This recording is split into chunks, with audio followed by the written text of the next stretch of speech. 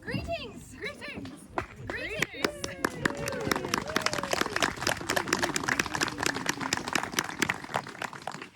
Did you hear?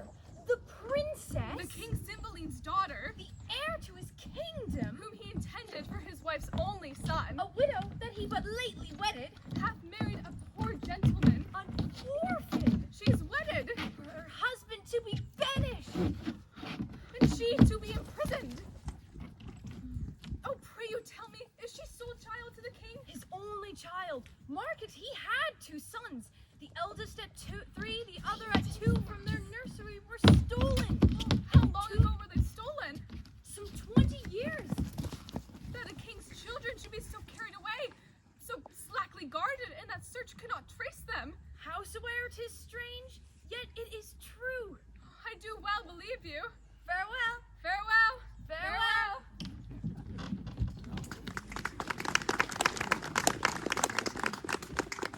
No, you shall not find me, daughter, after the slander of most stepmothers evil-eyed unto you. You are my prisoner, but your jailer shall deliver you the keys that lock up your restraint. For you, Posthumus, so soon as I can win the offended king, I'll be known your advocate. Marry, yet the fire of rage is in him, and 'twere good you leaned unto his sentence with what patience your wisdom may inform you. Please, your highness, I will from hence today. You know the peril. I'll fetch a turn about the garden, pitying the pangs of bard affection, though the king hath charged you should not speak together.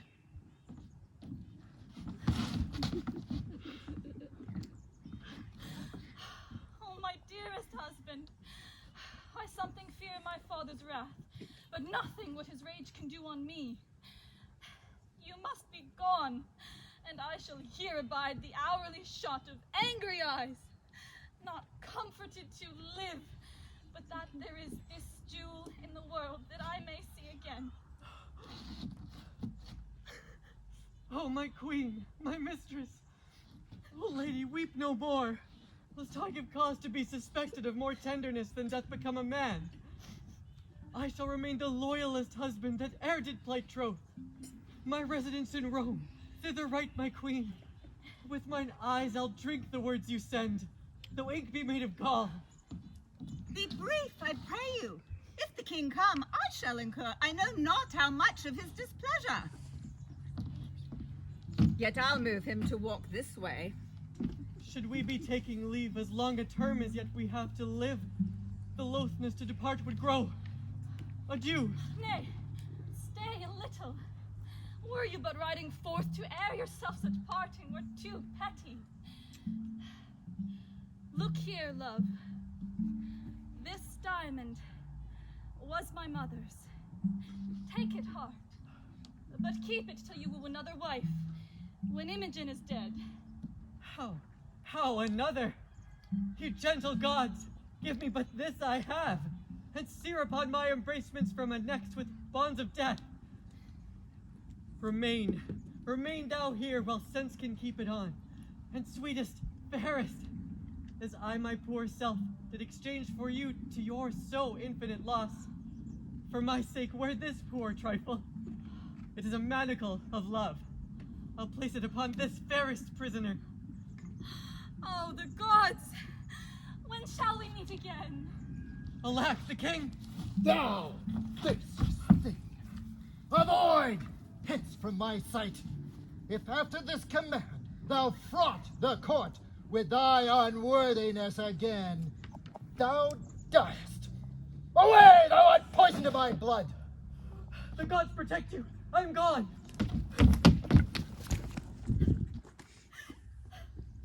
There cannot be a pinch in death more sharp than this is. Thou disloyal thing! That shouldst repair my youth! Thou heapest a year's age on me! I beseech you, sir, harm not yourself with your vexation. I am senseless of your wrath. Past grace, obedience, Past hope and in despair, that way past grace. that mightest have had the sole son of my queen. Oh, blessed that I might not. I chose an eagle and did avoid a puttock. Thou tookest a beggar, wouldst have made my throne a seat for baseness.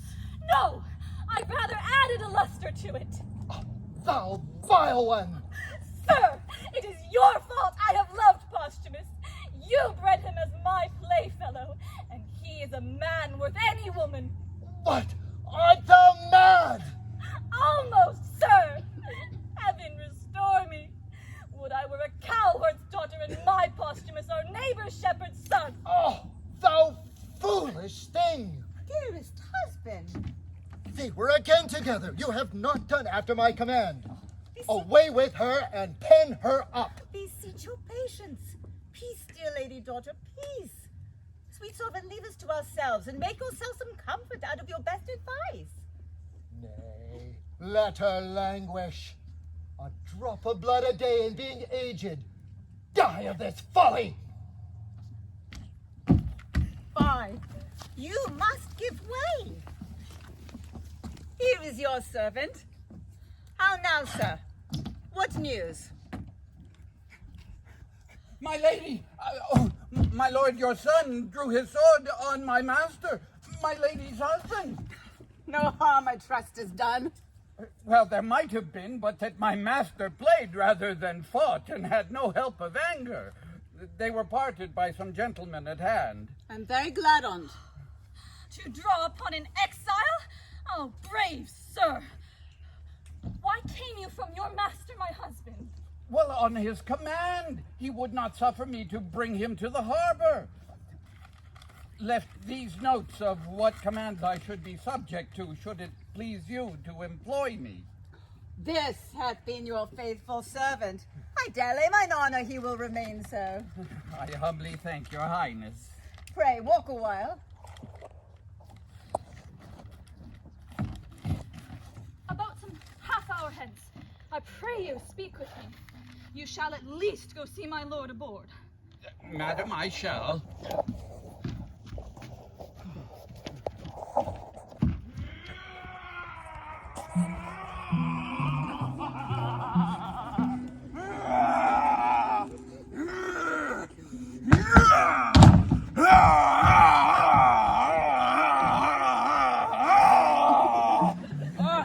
Sir, I would advise you to shift a shirt. The violence of action hath made you rake as a sacrifice. Oh, if my shirt were bloody, then to shift it. Have I heard him? No, Faith, not so much as his patience. Hurt Posthumus, his body's a passable carcass if it be not hurt. It is a thoroughfare for steel if it be not hurt. The villain would not stand me! True, he could not stand you. And that she should love this fellow and refuse me!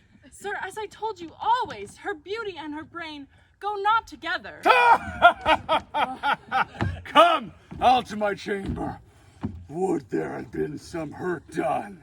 I wish not so, unless it were the fall of an ass. You'll go with us! I'll attend, your lordship. Nay, come! Let's go together. Well, my lord, I would thou grewest into the shores of the harbor and questioned every sail, if he should write and I not have it. Oh, what was the last that he spake to thee? Well, it was his queen, his queen. Then waved his handkerchief. And kissed it, madam. Senseless linen, happier therein than I. And that was all. No, madam. For so long as he could make me with this eye and this ear distinguish him from the others, he did keep the deck, and with glove or hat or handkerchief still waving. Thou shouldst have made him as little as a crow, or less. Madam, so I did. I would have broke mine eye strings, cracked them, but to look upon him till the diminution of space had pointed him sharp as my needle, nay, followed him till he had melted from the smallness of a gnat to air, and then have turned mine eye and wept. But, good Pisanio, when When shall we hear from him? Oh, be assured, madam, with his next vantage. I did not take my leave of him, but had most pretty things to say, ere I could tell him how I would think on him at certain hours, such thoughts and such, or could make him swear the women of Italy should not betray mine interest and his honor, or have charged him at the 6th hour of morn, at noon, at midnight, to encounter me with prayers, for then I am in heaven for him, or ere I could give him that parting kiss which I had set betwixt two charming words, comes in my father, and like the tyrannous breathing of the north, shakes all our buds from growing. Madam, the queen desires your highness's company. Those things I bid you do, get them dispatched. I will attend the queen. Madam, so I shall. I have seen him in Britain. Ah, but you speak of him when he was less well furnished than he is now. I have seen him in France. But this matter of him marrying the king's daughter, and then his banishment. Aye, but how comes that he is to sojourn with you? His father and I were soldiers together. But see where Posthumus comes. Gentlemen, be better acquainted with him, for he is a noble friend of mine. Monsieur! We have known together an whole year. Since when I've been debtor to you for courtesies. Monsieur, you all rate my poor kindness. I was glad I did atone my countrymen, and you end your slight and trivial quarrel. By your pardon, sir, my quarrel was not altogether slight. Oh, well, I feared you would use your swords. Can we with manners ask what was the quarrel? Oh, oui. This gentleman vouched his mistress to be more fair, wise, virtuous, chaste, and constant than any of the rarest of our ladies of France. Ah, that lady is not now living. She holds her value still, and I my mine. Ah, you must not so far prefer her before our ladies of Italy. I do. Too fair and too good for all the ladies in Britain. That ring of yours outlusters many I have beheld, but I have not beheld the most precious diamond there is, nor you the lady. I praised her as I rated her. So do I my ring. Well, what do you esteem it at? More than the world possesses. She may be yours, but, strange fowl do light on neighboring ponds. That ring of yours may be stolen. So too may your mistress. Your Italy contains none so accomplished a gentleman as to convince the honor of my mistress. Gentlemen, let us leave this, and I pray you be better acquainted. Sir, with all my heart. This worthy signor, I thank him, makes no stranger of me. With 5 times so much conversation, I should gain ground of your fair lady, even to the yielding. Had I admittance and opportunity. No.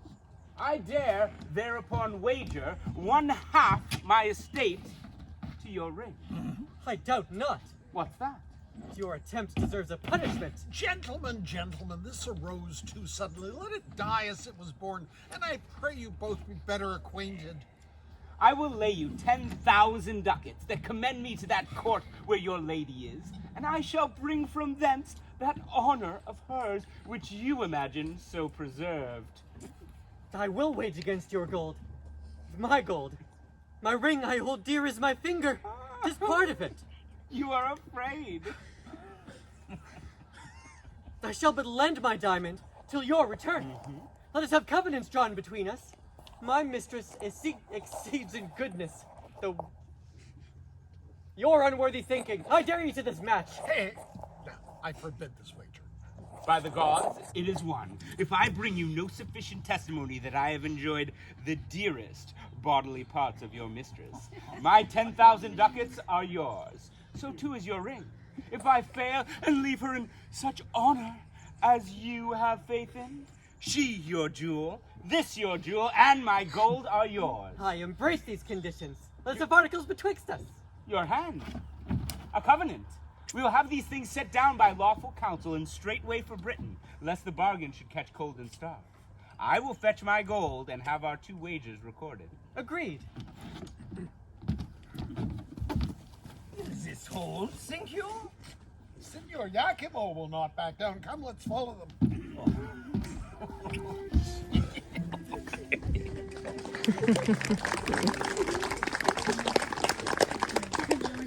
Well, since the dew's on the ground, go, gather those flowers. Make haste. Who has the note of them? Aye, madam. Oh, lovely children. Dispatch.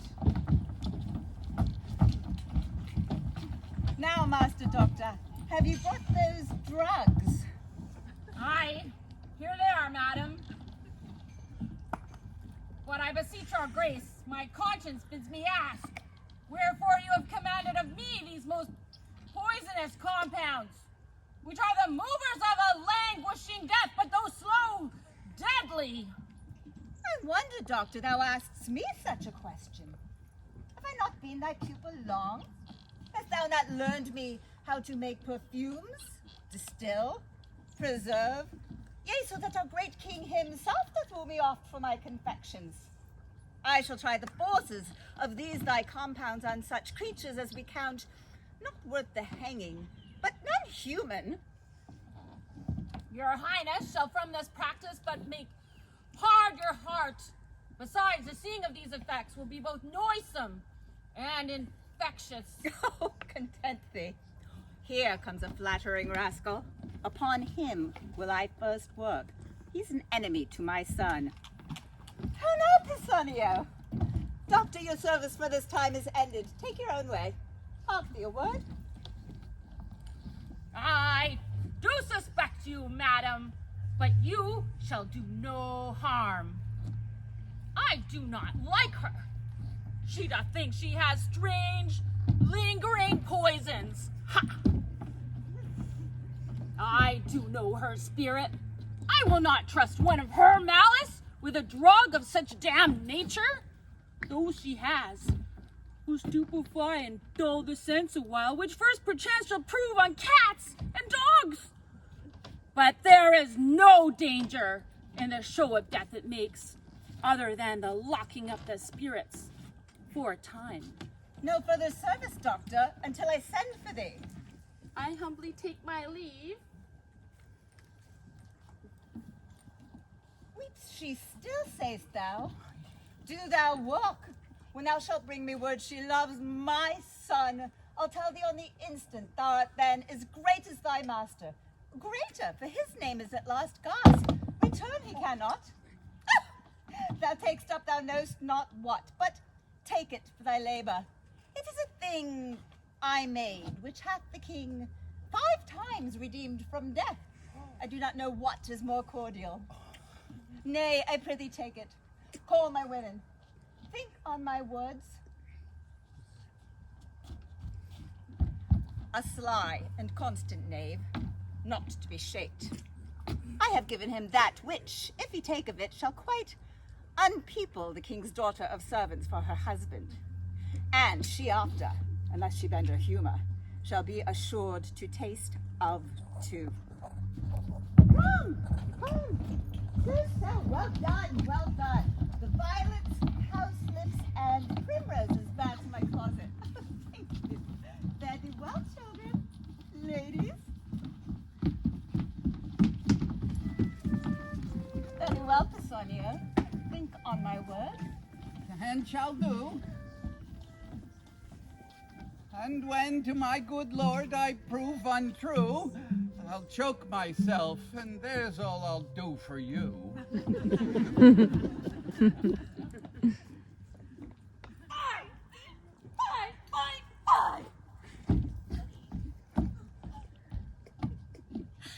A father cruel and a stepmother false, a foolish suitor to a wedded lady that hath had her husband banished. Oh, that husband, my supreme crown of grief, Had I been thief stolen as were my two brothers, I should be happy. Who made this be? I.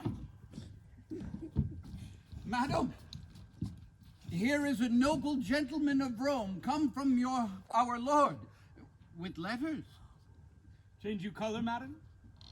The worthy Posthumus is in safety, and greets your highness dearly. Thanks, good sir. You're kindly welcome. Your pardon, sir. All of her that is out of doors most rich. If she be furnished with a mind so rare, she is alone the Arabian bird, and I have lost my wager. Boldness, be my friend. Audacity, arm me from head to foot. He is one of the noblest note, to whose kindnesses I am most infinitely tied. Reflect upon him accordingly, as you value your trust. Posthumus. So far I read aloud, but even the very middle of my heart is warmed by the rest, and takes it thankfully. You are as welcome, worthy sir, as I have words to bid you, and shall find it so in all that I can do. What? Are men mad? Hath nature not given them eyes? To see this vaulted arch, this rich crop of sea and land? And canst they not distinction make twixt the fiery orbs above and the twin stones upon the unnumbered beach, which can distinguish fair from foul? Oh, what makes your admiration? Cannot be in the eye, nor in the judgment, nor in the appetite. Sluttery to such excellence opposed should make desire vomit, emptiness. What is the matter, troll? What, dear sir, thus rocks you? Are you well? Well, madam, thanks. Beseech you, sir, desire my servant to stay where I did leave him. He is strange and peevish. I was going, sir, to bid him welcome. Continues well, my husband. His health beseech you. Well, madam. Is he disposed to mirth? I hope he is. Exceedingly pleasant. None a stranger there, so merry and so gamesome. He is called the British Reveller. Oh, when he was here, he did incline to gravity. Oh, I never saw him sad. There is a Frenchman there, his companion, an eminent monsieur, who it seems is much in love with a French girl at home. He furnaces from him the thick sighs. Oh, while your jolly husband laughs and cries, oh, what woman is, oh. Will my lord say so? Aye, madam, with his eyes in flood with laughter, it is a recreation to be nearby and hear him mock the Frenchman. But, heaven knows, some men are much to blame. Not he, I hope. Oh, not he.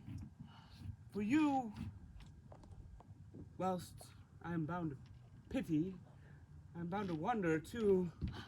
What do you pity, sir? Two creatures, heartily. Am I one, sir? You look on me. What wreck discern you in me deserves your pity? Lamentable. I pray you, sir, deliver with more openness your answers to my demands. Why do you pity me? I was going to say that others enjoy your It is an office of the gods to venge it, not mine to speak on. You do seem to know something of me, or what concerns me. Pray you, discover it to me. Had I this cheek to bathe my lips upon? This hand, whose every touch would force the feeler's soul to oaths of loyalty? This object which captures the wild motion of mine eye, fixing it only here, should I, damn then, slaver with lips and join hands with harlots and sluts?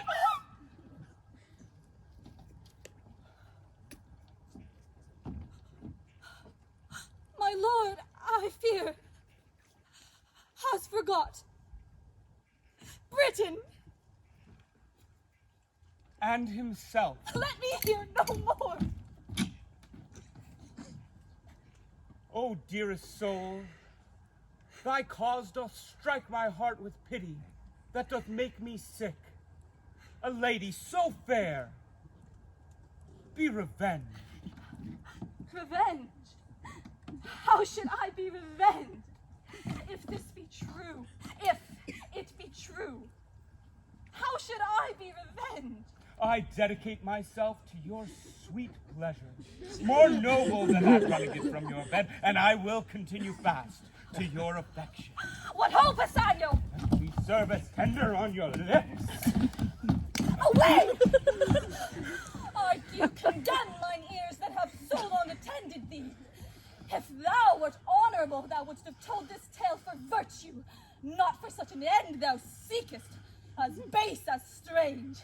And thou wrongest a gentleman, who is as far from thy report as thou from honor, and solicitous here a lady that disdains thee and the devil alike. What hope, Assanio? The king, my father, shall be made acquainted of thy assault. Oh, happy Posthumus! Blessed live you long! A lady to the worthiest sir, and you his mistress only, to the most worthiest fit. Be not angry. I spoke these things to know if your marriage were deeply rooted. Your husband is the truest mannered. Half of all men's hearts are his. You make amends. Aye, he sits amongst men like a descended god. Be not angry, most mighty princess, that I have adventured to test your taking of a false report. The love I bear him made me try you thus. All's well, sir. Take my power in the court for yours. Thanks, madam. Oh, I had almost forgotten to entreat your grace in but a small request. It concerns your lord, myself, and some other noble friends, our partners in the business. Oh, pray, what is it? Some dozen Romans of us, your husband, the best feather of our wing, have mingled sums to buy a present for the emperor, which I, the purchaser for the rest, have done in France. 'Tis jewels of rich and exquisite form, their value's great, and I am somewhat anxious, being foreign, to have them in safe stowage. Would it please you to take them in protection? Willingly, and upon mine honor for their safety, since my lord hath interest in them.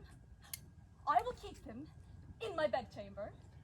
They are in a trunk, attended by my men. I will make bold to send them to you for this night only. Oh, no, no. Oh, I must, else I shall short my word by lengthening my return. I crossed the seas from France on purpose and on promise to see your grace. I thank you for your pains, but not away tomorrow. Oh, I must. Else, yeah. Therefore, I shall beseech you. Please, if it please you, to greet your lord in writing. Do it tonight. I will write. Send your trunk to me. It shall safe be kept, and truly yielded you. You're very welcome. Thanks, madam.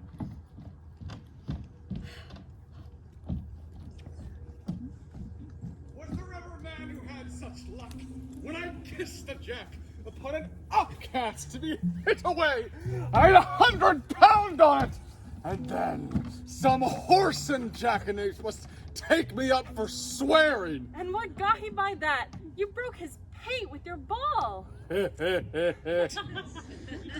When a gentleman is disposed to swear, it is not for any standers by to curtail his oaths, huh? No, my lord. Horse and dog! I'd give him satisfaction. Would he were one of my rank! To have smelt like a fool. I am not more vexed than anything in the earth. A pox on it! I'd rather not be so noble as I am. They dare not fight with me because of the queen, my mother. Every jack slave has his belly full of fighting, and I must go up and down like a cock that nobody can match. You are cock and capon too. And you crow cock with your comb on. Sayest thou? Well, it is not fit your lordship should fight every companion that you give offense to. No, I know that. But it is fit that I should commit offense to my inferiors. Aye, it is fit for your lordship only. Why, so say I. Have you heard of a stranger that's come to court tonight? A stranger, and I not know on it? He's a strange fellow himself and knows it not.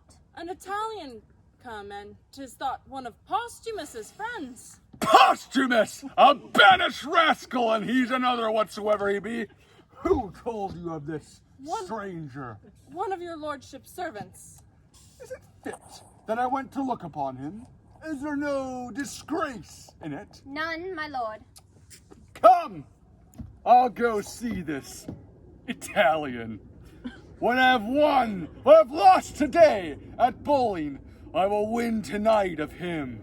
Come, go! We'll attend your lordship.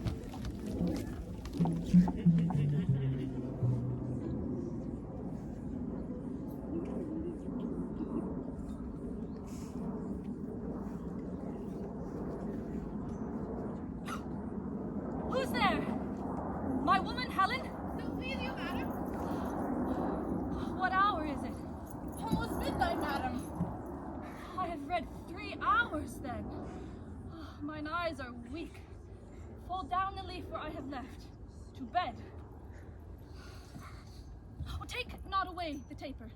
Leave it burning. And if thou canst awake by 4 o'clock, I prithee call me. Sleep hath seized me wholly. To your protection I commend me, gods. From fairies and the tempters of the night, guard me, beseech ye.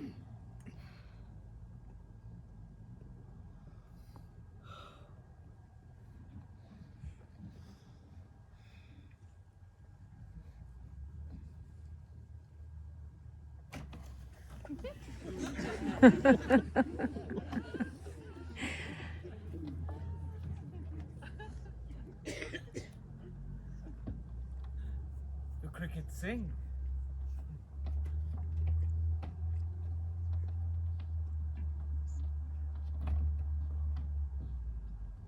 An o'er-labored sense repairs itself by rest.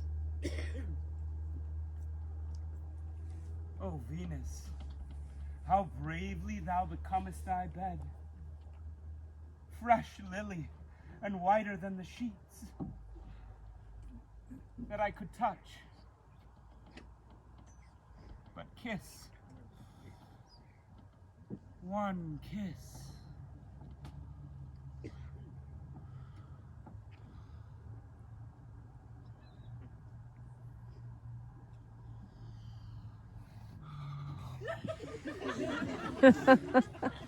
Rubies unparagoned.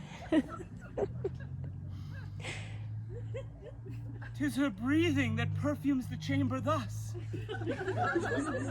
The flame of the taper bows toward her, and would underpeep her lids to see these lights. Canopied neath these windows white, and azure laced with blue of heaven's own tinct. What my design? To note the room, I will write all down.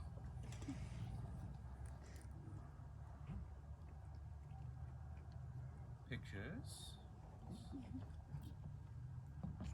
And there the window. Oh, the adornment of the bed.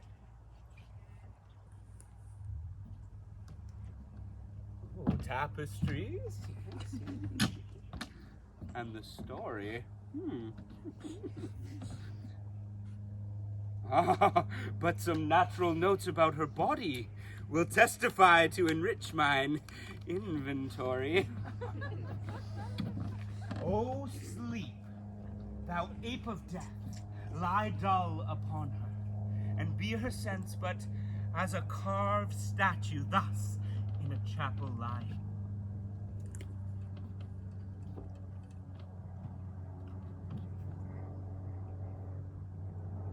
Come off. Come off. As slippery as the Gordian knot was hard, 'tis mine, and this will witness outwardly as strongly as the conscience does within to her husband's maddening.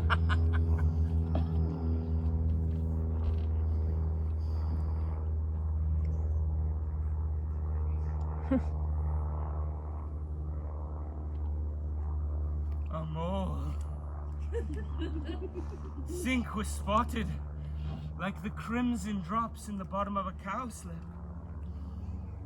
Now here's a voucher stronger than ever law could make. This will force him think I've picked the lock and ta'en the treasure of her honor.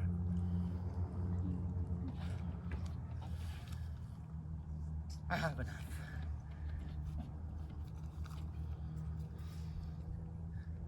To what end? Why should I write this down that's riveted, screwed to my memory? Oh, she hath been reading late. The tale of Tereus. And here the leaves turn down, where the sweet Philomel surrendered. I have enough. To the trunk again, and shut the spring of it. Swift, swift, you dragons of the night, the dawning may bear the raven's eye.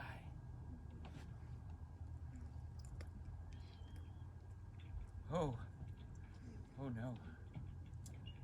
I lodge in fear. Though this a heavenly angel, hell is here. 1, 2, 3.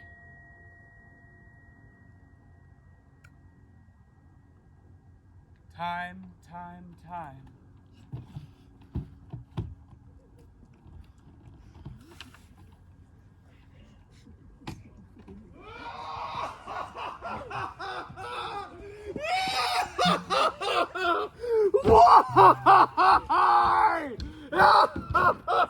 Your lordship is the most patient man in loss, the most coldest that ever turned up ace. It would make any man cold to lose. But not every man patient after the noble temper of your lordship. You're most hot and furious when you win. Winning would put any man into courage. If I could get this foolish Imogen, I should have gold enough. It's almost morning, is it not? Day, my lord. I'm advised to give her music over the morning. They say it will penetrate. Come on, tune. If you can penetrate her with your fingering, so. We'll try with tongue, too. First, an excellent, good conceited thing.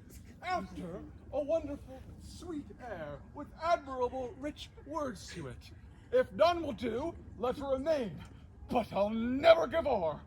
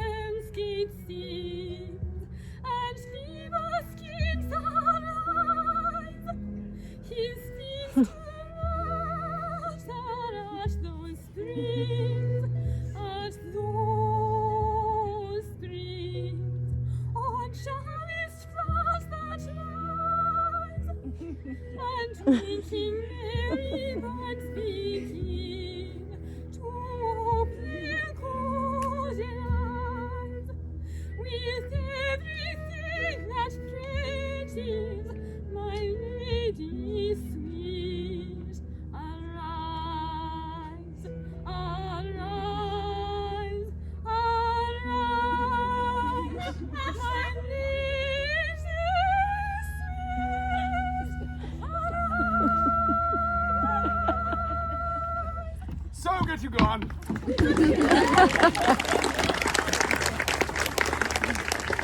Stop it! If this penetrate, I will consider your music the better.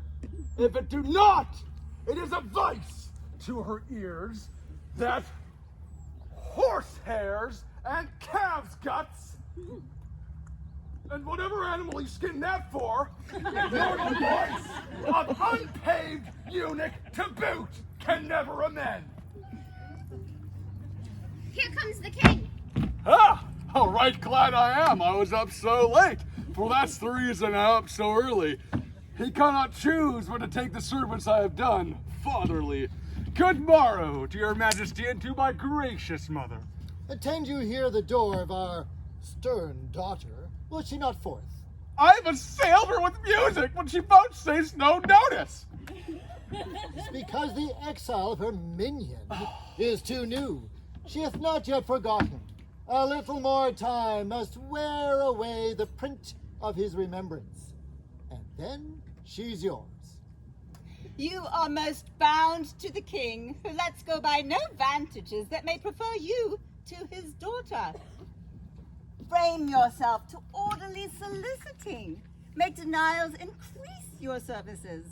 In all, obey her, save when to command your dismissing tens, and therein you are senseless. Senseless? Not so! So like you, sir. Ambassador from Rome. The one is Caius Lucius. Caius Lucius. A worthy fellow, although he comes on angry purpose now. But that's no fault of his. We must receive him according to the honor of his sender, Augustus Caesar. Our dear son, when you have given good morning to your mistress, attend the queen and I. We shall have need to employ you towards this Roman. Come.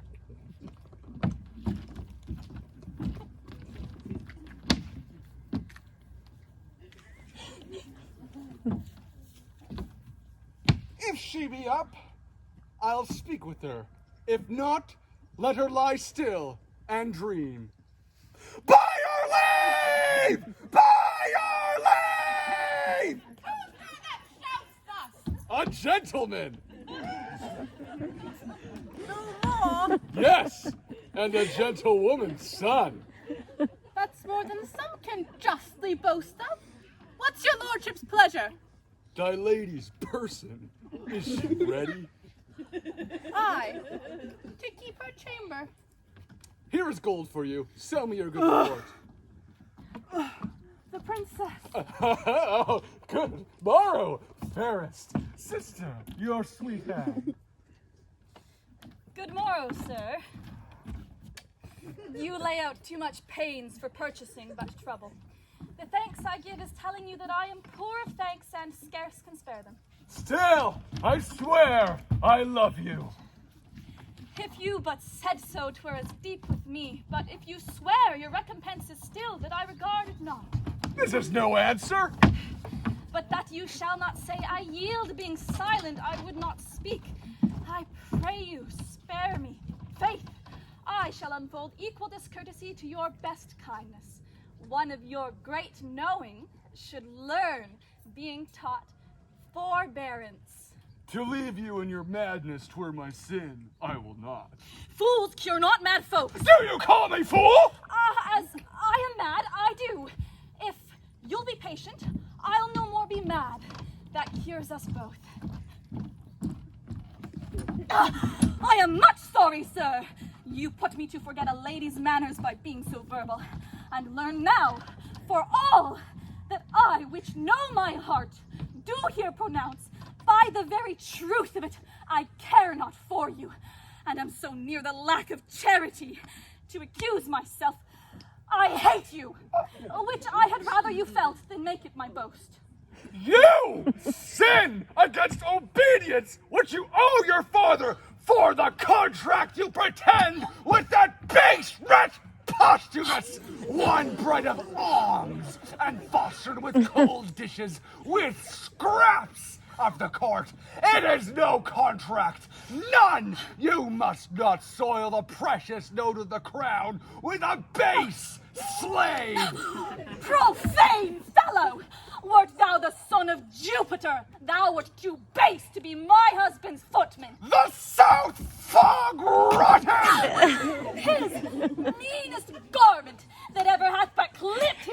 thee is dearer to me than all the hairs above thee, were they all turned to men such as you. Hold now beside you. Oh, the devil! Helen, my woman, high thee present. Garment! I am sprited with a fool! Frighted and angered worse.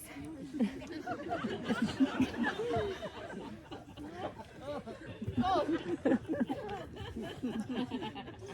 Did my woman search for a jewel that too casually hath left mine arm? It was thy master's. Shrew me if I should lose it for a revenge of any kings in Europe. Confident I am, last night 'twas on mine arm. I kissed it. I hope it be not gone. 'Twill not be lost. I hope so. Go and search.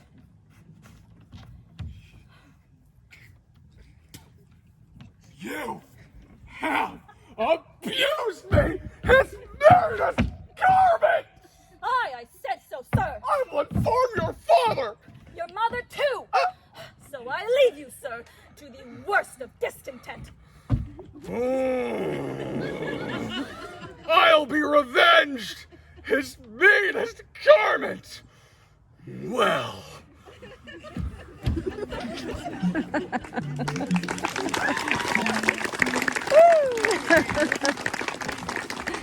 I am much your debtor. Your very goodness and your company o'erpays all I can do. But hark, I believe your king hath heard from our great Caesar Augustus regarding the matter of the tribute. Your king must send that tribute as it is owing, or face in battle our Romans. No, I do believe that this will prove a war. See where Iachimo comes. Oh, welcome, sir. The swiftest steeds have posted you by land, and winds have kissed your sails to make your vessel nimble. I hope the briefness of your answer made the speediness of your return. Your lady was one of the fairest I have looked upon. And therewithal, the best. Here are letters for you. Their tenor good, I trust. 'Tis quite like. Was Caius Lucius in the Britain court when you were there? Aye, he was expected, but not yet approached. All's well yet. Sparkles the stone as it was wont, or is not too dull for your good wearing? Had I lost it, I would have lost but the worth of it in gold.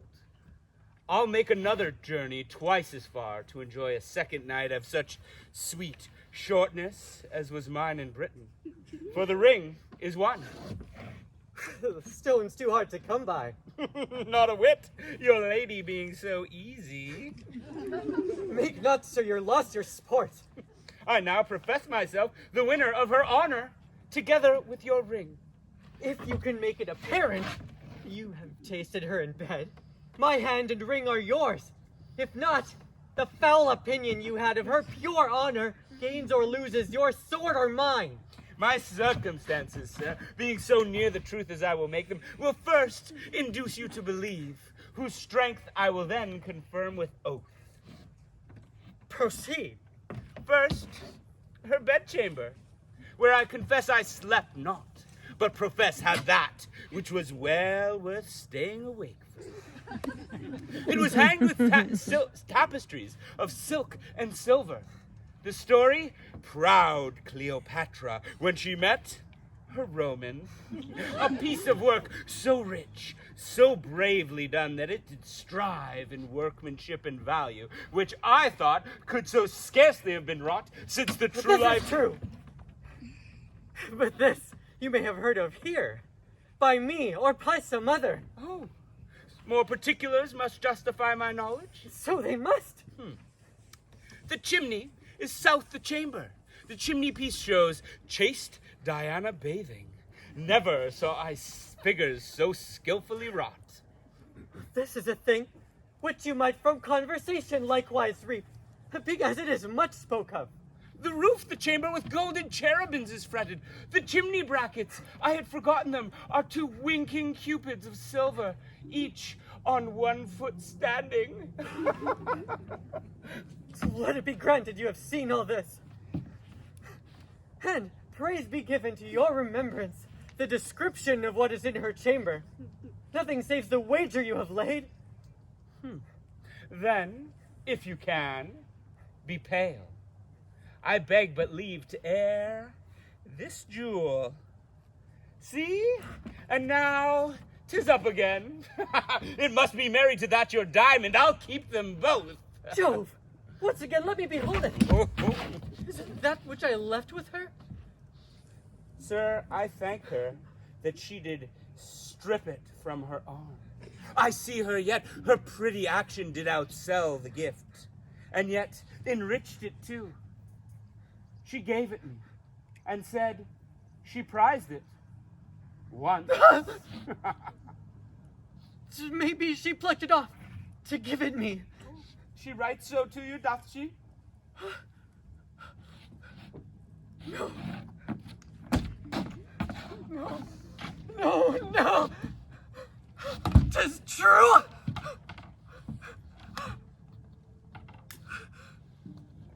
Here, take this too. It is a basilisk unto mine eye. Kills me to look on. Let there be no honor where there is beauty, no truth where there is semblance, no love where there is another man. Above all measure, false! Sir, take your ring again. Be patient. It is not yet won. Perchance she lost her Never right- talk on. She has been culted by him. If you seek for further satisfying, upon her breast, worthy the pressing, lies a mole. Right proud of that most delicate lodging. By my life I kissed it, and it gave me present hunger to feed again, though full. Do you remember that stain upon her? Aye! And it doth confirm another stain as big as hell can hold. I will kill thee if thou dost deny thou'st made me cuckold. Oh, I'll deny nothing. Oh, that I had her here, to tear her limb from limb. I'll go there and do it. In the court, before her father, I'll do something.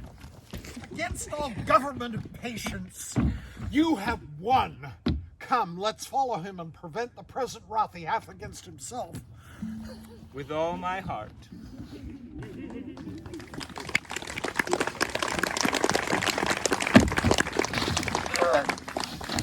We are all bastards! That most venerable man, which I did call my father, was I know not where when I was made. And my mother seemed the most chaste of that time. So doth my wife the unparalleled of this. Oh, vengeance! Vengeance!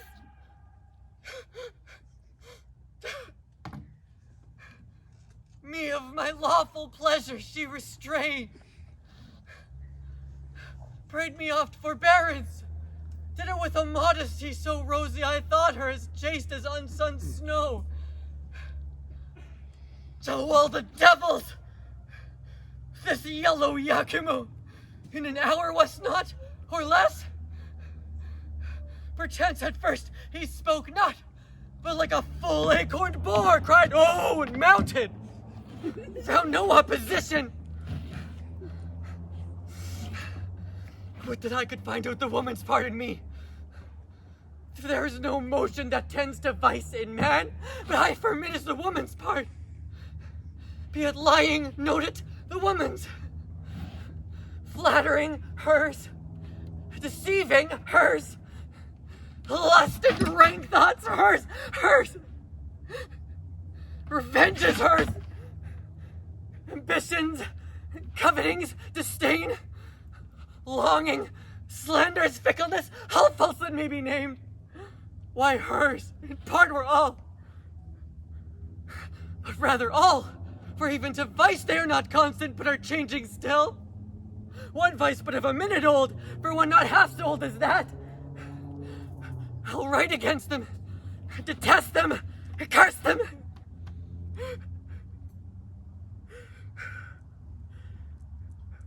Yet, it is a greater skill in a true hate to pray they have their will. The very devils cannot plague them better. Come, There's no more tribute to be paid. Our kingdom is stronger than it was at that time. And as I say, there are no more such Caesars. Son, let your mother in. Why tribute? Why must we pay tribute? If Caesar can hide the sun from us, or put the moon in his pocket, it'll give him tribute for light. Else, sir, no more tribute. Pray you now. Son, if you will. You must know, till the injurious Romans did extort the tribute from us, we were free. Caesar's ambition, which swelled so much it did almost stretch the sides of the world, did put the yoke upon us, which to shake off becomes a warlike people, which we reckon ourselves to be. We say then to Caesar, though Rome be therefore angry, we will not pay the tribute. I am sorry, Cymbeline, that I am to announce Augustus Caesar, Caesar that hath more kings his servants than thyself domestic officers, thine enemy. Receive it from me then. War and confusion, in Caesar's name pronounce I against thee. Look for fury not to be resisted. Thou art welcome here, Caius. Caesar shall not find the Britons cold. Let proof speak. His Majesty bids you welcome. Make pastime with us a day or two or longer. If you seek us again, in other terms, you shall find us in our saltwater girdle. If you beat us out of it, it's yours. If you fall in the adventure, our crows shall eat the better, and there's an end. So, sir, I know your master's pleasure, and he mine. All that remain is welcome.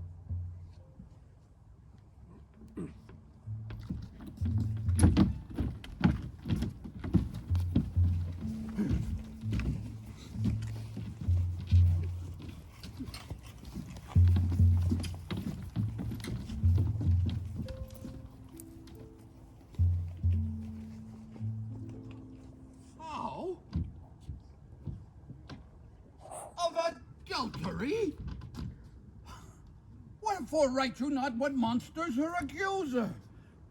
Oh, Master Posthumus, what a strange infection has fallen into thy ear. What false Italian, more poison-tongued than handed, hath prevailed upon thy too ready hearing? Disloyal? No! She is punished for her truths, and undergoes assaults more goddess-like than wife-like. Oh, my master, how that I should murder her? By the love and truth and vows I gave to your command,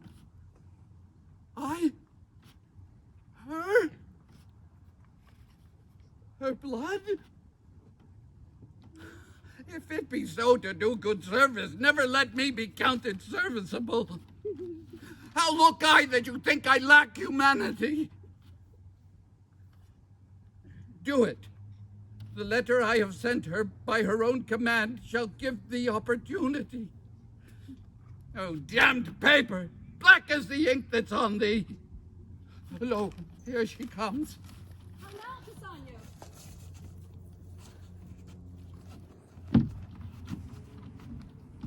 Madam, here is a letter from my lord. Who? Thy lord? That is my lord, Posthumus. Oh, learned indeed were that astronomer that knew the stars as I his writing. You good gods, let what is here contained taste of love, of my lord's health, of his content. Yet, not that we two are asunder. Let that grieve him. Some griefs are medicinable. That is one of them, for it doth make love stronger. Oh, good wax thy leave, Blessed be you bees that make these locks of counsel. Good news, gods.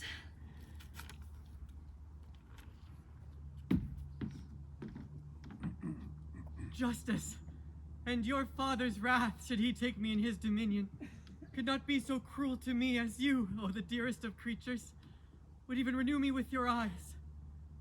Take notice that I am in Britain, at Milford Haven. What your own love will out of this advise you, follow, so that he wishes you all happiness, has remained loyal to his vow, and you're increasing in love, Leonatus Posthumus. Oh, for a horse with wings! Hearest thou, Pisanio? He is in Britain, at Milford Haven. Read, and tell me how far 'tis thither. If one of mean affairs may plod it in a week, why may not I glide thither in a day? Then, true Pisanio, who longest like me to see thy lord, who longest, oh, but not like me, yet longest, but in a fainter kind. Oh, not like me, for mine's beyond. Say, and speak thick, love's counselor should fill the ears to the smothering of the sense. How far it is to the same blessed Milford. And by the way, tell me how Milford was made so happy as to inherit such a haven. But first of all, how we may steal from hence, and for the gap that we shall make in time from our hence going and our return to excuse. But first, how get hence? Oh, I should excuse be born or e'er begot. We'll talk of that hereafter. Prithee, speak. How many score of miles may we well ride twixt hour and hour? 1 score twixt sun and sun, madam, is enough for you. And too much, too. Why, one that rode to his execution, man, could never go so slow. But this is foolery. Go, bid my woman pretend a sickness, say she'll home to her father, and provide me presently a riding suit, no costlier than would fit a landowner's housewife. Madam, you'd best consider. I see before me, man, neither here nor what ensues, but have a fog in them that I cannot look through. Away, I prithee, do as I bid thee. There's no more to say. Accessible is none but Milford way.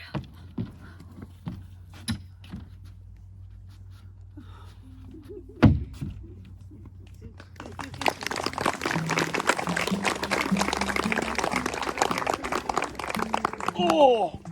Oh! Oh! Oh! Oh! Ha ha ha ha! Oh! A goodly day not to keep house with such as ruse as low as ours. We house in the rock. Come, lads! Ha ha! Stoop, boys!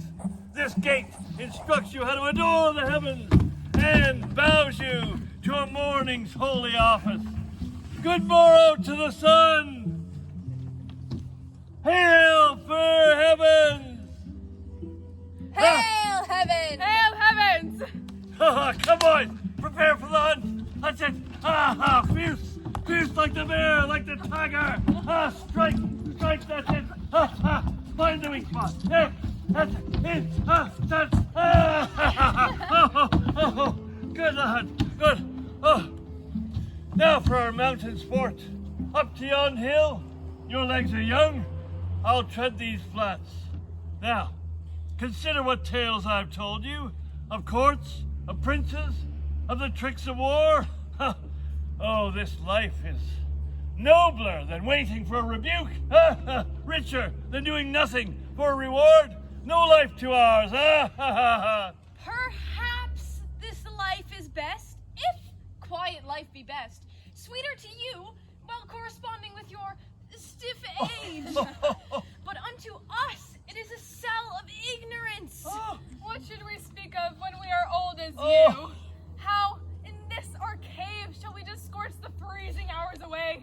We have seen nothing. We are beastly, as subtle as the fox for prey, as warlike as the wolf for what we eat. Our valor is to chase what runs away. Oh, how you speak! Oh, did you but know the city's usuries, the toil of war?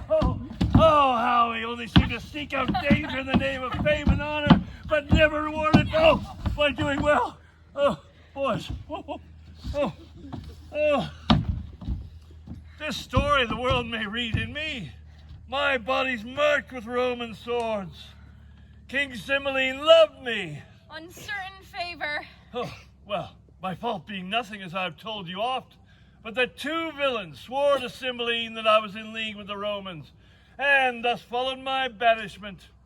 These 20 years, this rock, these domains have been my world, where I have lived in honest freedom and paid more pious debt to the heavens than in all the forend of my time. Ha ha! Oh, but up to the mountains.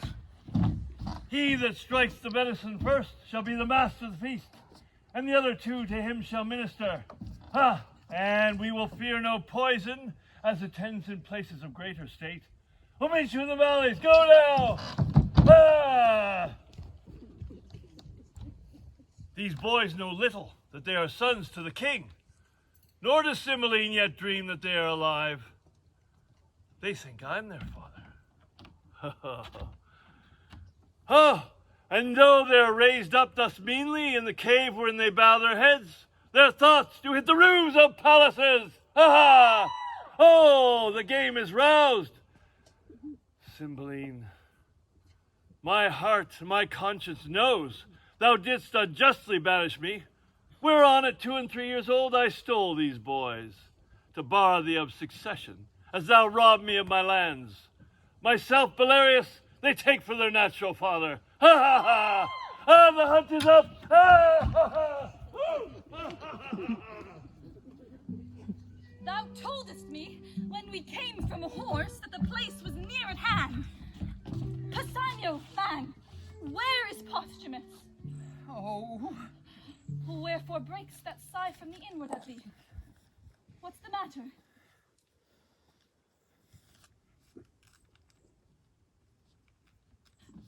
Why tenderest thou that paper to me with look untender? If it be summer news, smile to it before. If winterly thou needest but keep that countenance still. Oh, my husband's hand. Speak, man. Thy tongue may take off some extremity, which to read would be even mortal to me. Please you read, and you shall find me, wretched man, a thing the most disdained of fortune. Thy mistress, Pisanio, hath played the strumpet in my bed. The testimonies whereof lie bleeding in me. I speak not out of weak surmises, but as proof as strong as my grief, and as certain as I expect my revenge. That part thou, Pisanio, must play for me. With thine own hands take away her life. I will give thee opportunity at Milford Haven. She hath my letter for the purpose, where if thou fear to strike, and make me certain the deed is done, thou art the pander to her dishonor, and equally to me disloyal. What shall I need to draw my sword? The paper hath cut her throat already. What cheer, madam? False to his bed? What is it to be false? To lie awake there and to think on him, to weep twixt clock and clock, to have a fearful dream of him and cry myself awake. That's false to his bed, is it? Alas, good lady. Aye, false. Some harlot of Italy hath betrayed him. Poor I am stale, a garment out of fashion. I must be ripped to pieces with me. Oh, men's vows are woman's traitors. Good madam, hear me. Come, fellow. Be thou honest. Do thou thy master's bidding, and when thou seest him, witness my obedience. Look, I draw the sword myself. Take it, and hit the innocent mansion of my love, my heart. Fear not, 'tis empty of all things but grief. Thy master is not there, who was indeed the riches of it. Do his bidding. Strike.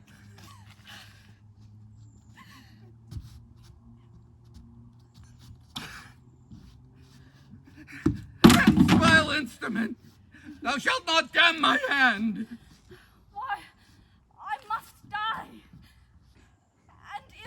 not by thy hand.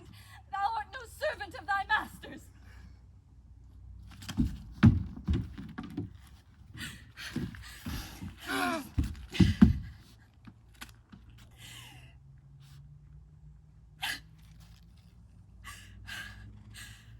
Against self-slaughter there is a prohibition so divine that cravens my weak hand. Come, here's my heart, prithee dispatch. The lamb entreats the butcher, there's thy knife. Thou art too slow to do thy master's bidding when I desire it too. Oh, gracious lady, since I received command to do this business, I have not slept one wink. Do it, and to bed then. I shall rake mine eyeballs out first. Wherefore then didst undertake it? Why hast thou abused so many miles with a pretense? This place, our horses' labor, the time inviting thee that's perturbed court for my being absent, whereunto I never purpose return.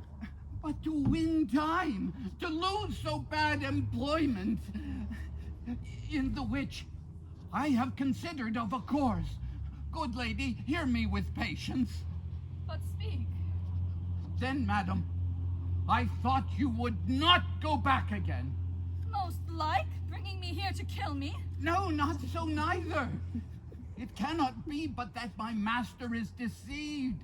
Some villain, aye, and singular in his heart, hath done you both this cursed injury. Some Roman courtesan. No, on my life. I will but give notice you are dead, and send some bloody sign of it, for 'tis commanded I should do so. You shall be missed from court, and that will well confirm it. Why, good fellow, what shall I do the while? Where live, how bide, or in my life what comfort when I'm dead to my husband? I left you back to court. No court, no father, nor no more do with that harsh, noble, simple nothing, that glutton. If not at court, then not in Britain must you bide. Where then? Hath Britain all the sun that shines, day and night? Are they but in Britain? No, I am glad you think of other place. The ambassador, Lucius the Roman, comes to Milford Haven tomorrow, returning to Rome. If you will wear a mind as dark as your fortune is, and but disguise yourself, you shall tread a course haply near the residence of Posthumus in Rome. Oh, for such means! Though peril to my modesty I would adventure. Well then, here is the point. You must forget to be a lady. Change into a waggish course, ready in jibes, quick-answered, saucy, and as querulous as the weasel. Nay, be brief. I see into thy end, and am almost a man already. First, you must make yourself but like one. For thinking this, I have fit, 'tis in my cloak bag, doublet, hat, hose, all. Before noble Lucius, present yourself. Desire his service. Tell him wherein you are skilled. Doubtless with joy he will embrace you, for he is most honorable. Thou art all the comfort the gods will diet me with. Prithee away. This attempt I am soldier to, and will abide it with a prince's courage. Then, madam, we must take a short farewell, lest, being missed, I be suspected of your carriage from the court. My gracious lady, here is a vial. I got it from the Queen. What's in it is precious. If you are sick at sea or stomach qualmed on land, a dram of this will drive away distemper. To some shade and fit you to your manhood. May the gods direct you to the best. Amen. I thank thee.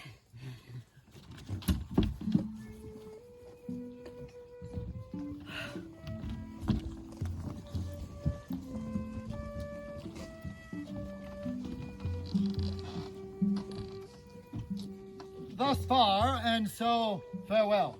Thanks, royal sir. My emperor hath wrote, I must away from hence, and am right sorry that I must report you my master's enemy. My subjects, sir, will not endure his yoke. As for myself, to show less sovereignty than they, must needs appear unkinglike. So, sir, I desire you conduct overland to Milford Haven. Madam, all joy befall your grace. And you? My lords, you are appointed to that office. The due of honor in no point omit. So, farewell, noble Lucius. Your hand, my lord. Receive it friendly, but from this time forth, I wear it as your enemy. Sir, the event is yet to name the winner. Fare you well. Leave not the worthy Lucius, good my lords, till he has crossed the river Severn. Happiness.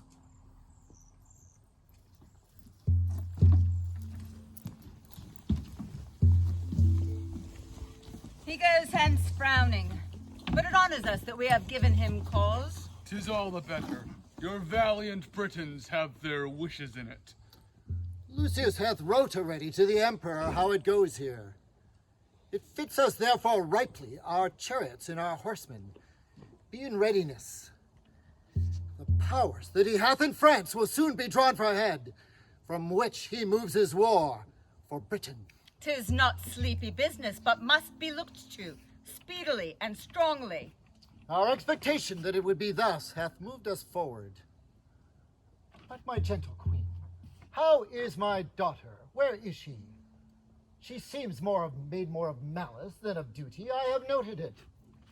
Call her before me, for I have been too slight in sufferance. Royal sir, since the exile of Posthumus, most retired hath her life been. The cure whereof, my lord, 'tis time must do. Beseech your majesty, forbear sharp speeches to her. She is a lady so tender of rebukes that words are strokes, and strokes death to her. My lord. Where is she, sir? How can this contempt be answered? All her chambers are locked, and there will be no answer given to the loudest noises we can make. Her door's locked, not seen of late. Grant heavens, that which I fear prove false. Son, I say follow the king. That man of hers, Pisanio, her old servant, has not been seen these 2 days. Go, look after. Pisanio, thou that standst so for Posthumus. He hath a drug of mine. I pray his absence comes from swallowing that, for he believes it is a thing most precious. But for her, where is she gone? It may be despair hath seized her, or winged with fervor of her love, she's flown to her desired Posthumus. Gone she is, to death or to dishonor, and my end can make good use of either. She being down, I have the placing of the British crown. How now, my son? Certain she is fled! Go in and cheer the king! He rages! None dare come out him! All the better. May this night prevent him from seeing the coming day. Oh, I love and hate this princess! For she's fair and royal. I love her, therefore. But she disdains me and throws favor on the low Posthumus. On that point will I conclude to hate her, nay, indeed, to be revenged upon her. Who is here? What are you running away, sirrah? Come hither! Ah, you precious pander! Villain! Where is thy lady? In a word, or else thou art straightway with the fiends.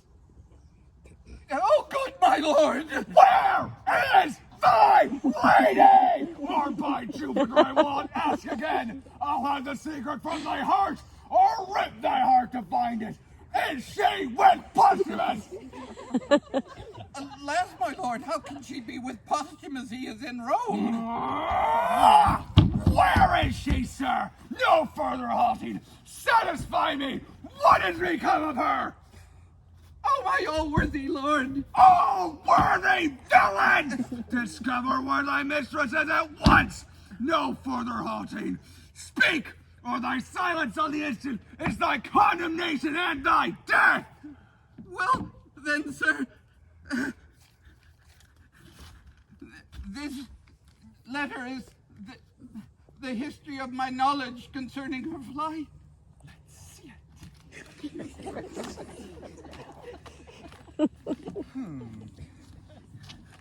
I'll write, Posthumus, that Imogen is dead. Oh, Imogen, safe mayst thou wander and safe return again. Sirrah! Is this letter true? Sir, as I think. It is Posthumus's hand. I know it. Sirrah, if thou wouldst not be a villain, but do me true service, that is, whatsoe'er I bid thee do, to perform it directly and true, I would think thee an honest man. Thou shouldst neither lack my means for thy relief, nor my voice for thy advancement. Well, my good lord. Wilt thou serve me? Sir, I will. Give me your hand. Here's my purse. Hast any of thy last master Posthumus's garments in thy possession? I have, my lord, in my lodgings the same suit he wore when he bid farewell to my lady and mistress. The first service thou dost me. Fetch that suit hither. Go. Sir, I shall. Meet me at Milford Haven. I forgot to ask him one thing. I'll remember it anon. Even there, thou villain Posthumus, will I kill thee. I would those garments would come. She said, upon a time, the bitterness of it I now belch from my heart, that she held the very garments of Posthumus in greater respect than my noble and natural person, together with the adornment of my qualities. With that suit upon my back will I ravish her. First, kill him, and before her eyes she shall see my valor, which will be a torment to her contempt. He on the ground, my speech of insultment ended on his dead body, and when my lust hath died, which, as I say, I will execute in the clothes that she so praised, back to the court, foot her home again. She hath despised me rejoicingly, and I'll be merry in my revenge. Be those the garments? Aye, my noble lord. How long is it since they went to Milford? Well, she can scarce be there yet. Bring these garments to my chamber. That is the second thing I have commanded thee. The third is that thou wilt be a voluntary mute to my design. Be but duteous and true, advancing shall tend to thee. My revenge! It's now at Milford. Would I had wings to follow it. Come and be true.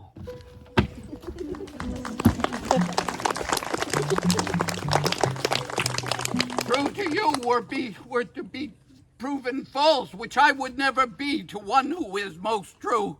Oh, Imogen, flow, you heavenly blessings on her. To Milford go and find not her whom thou pursuest. This fool's speed be crossed with slowness. Labor be his meed.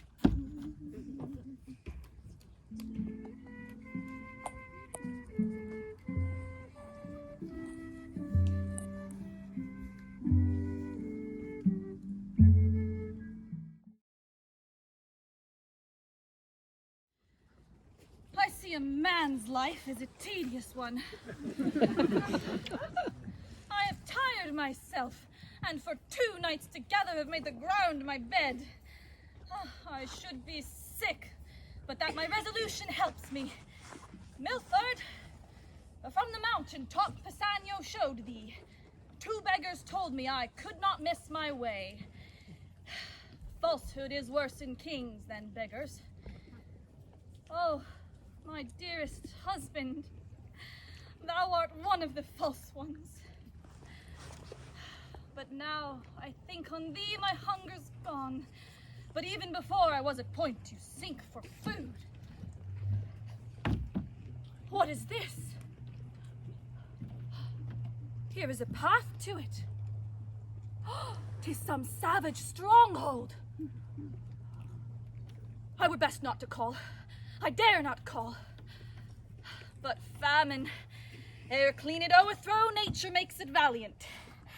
Plenty and peace breed cowards, yet hardness ever of hardiness is mother. Hello! Who's here? If anything that's civil, speak. If savage, take or lend. Hello? No answer. Then I'll enter. Best draw my sword. And if mine enemy but fear the sword like me, he'll scarcely look on it. Oh, for such a foe, good heavens.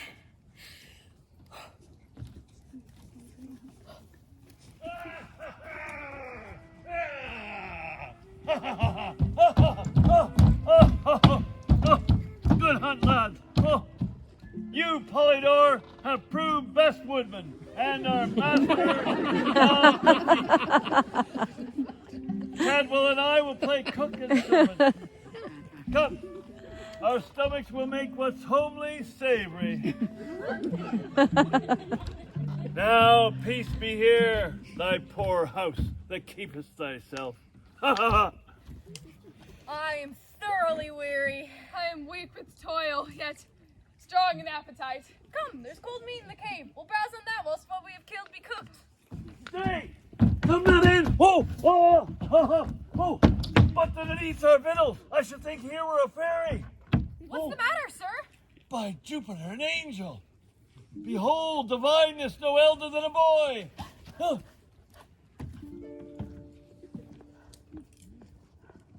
Good masters, harm me not. Before I entered here, I called, and thought to have begged or bought what I have took. Good droth, I have stolen not, nor would not, had I found gold strewed on the floor. Here's money for my meat. I would have left it on the board so soon as I had made my meal, and parted with prayers for the provider. Money, youth? Oh, gold and silver rather turn to dirt. I see you're angry. No, if you kill me for my fault, I should have died had I not made it. Whither bound? To Milford Haven. What's your name? Fideli, sir. I have a kinsman who is bound for Italy. He embarked at Milford, to whom, being going, almost spent with hunger, I am fallen in this offense. Oh, prithee, fair youth, take us no churls, nor measure our good minds by this rude place we live in. Well encountered. 'Tis almost night. Ere you depart, you shall have better cheer, and thanks to stay and eat it. Boys, bid him welcome. Were you a woman, youth, I should woo hard but to be your groom. I'll make it my comfort he is a man, and our love is my brother. Most welcome. Be sprightly, for you fall amongst friends. Amongst friends? If brothers!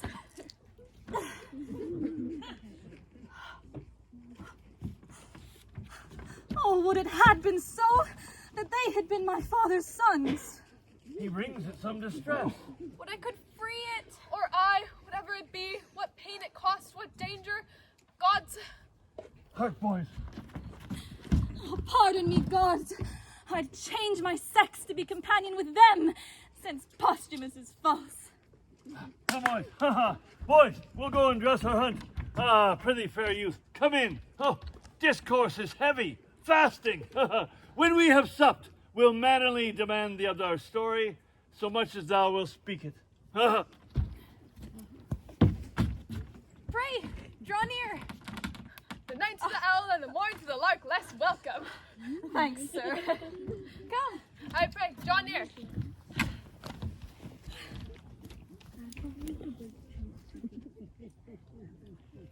I am near to the place where they should meet, if Pisanio have mapped it truly. How fit these garments serve. I dare speak it to myself, for it is not vainglory for a man in his mirror to confer in his own chamber.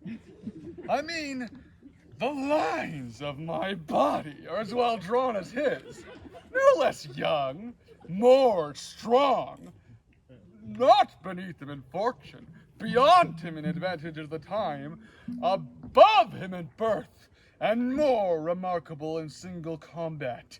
And yet, this imperseverant thing loves him in my despite. What mortality is! Posthumus! Thy head, which now is growing upon thy shoulders, shall within this hour be off! Thy mistress, ravished, thy garments cut to pieces before thy face, and all this done, spurn her home to her father, who may haply be a little angry at so rough usage. But my mother, having power of his testiness, shall turn all to my commendation. My horse is tied up safe. Come sword into a sore purpose. Fortune put them into my hands. This is the very description of their meeting place, and that fellow dares not deceive me.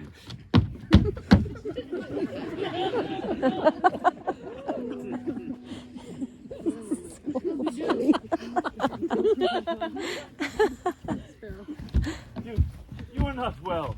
Go in and rest. We'll come to you after the hunt. Brothers, stay here. Are we not brothers? So man and man should be. I am very sick. You and my brother go to hunting.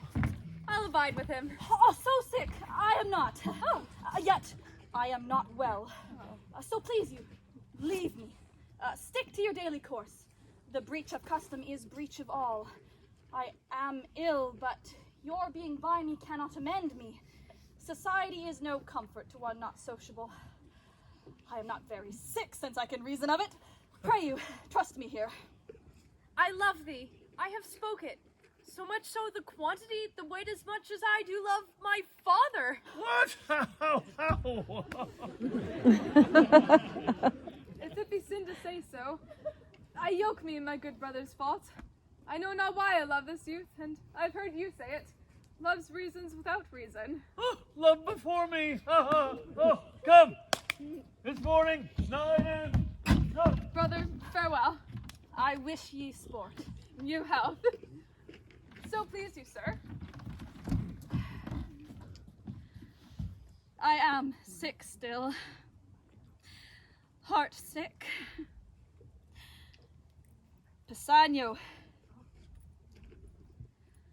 I'll now taste of thy drug.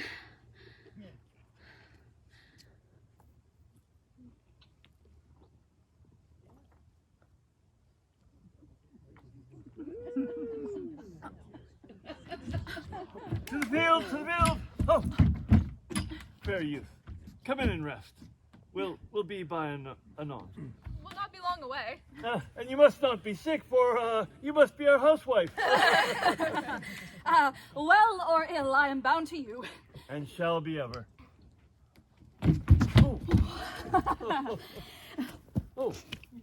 Oh, this youth, however distressed, appears to have good ancestors. Oh, how angel-like he sings. Oh, but isn't he cookery? He cuts our vegetables in letter shapes. And sauced our broths as if the goddess Juno herself were sick, and he her cook. Oh, nobly he yokes us smiling with a sigh, the smile mocking the sigh. I do note, grief and patience rooted in him both mingle their spurs together. Oh, grow patience, and let grief untwine his perishing root from the increasing vine. 'Tis a great hour of the morn, away! Oh, what was that? A can't find these renegades! This fellow has mocked me! I am paid! These renegades means he not us. I partly know him. 'Tis Cloten, the son of the queen. I fear some ambush. We're held as outlaws. Hence! He is gone! You and my brother go search what others may be near. I pray you away. Let me alone with him. Come. What are you that fly me thus? Some villain mountaineers? I have heard of such. What slave art thou? A thing more slavish did I ne'er than answering a slave without a knock. Thou art a robber, a lawbreaker, a villain. Yield thee, thief! To who? To thee? Have I not an arm as big as thine, a heart as big? Say what thou art. Why should I yield to thee? Thou villain base! Knowest me not by my clothes!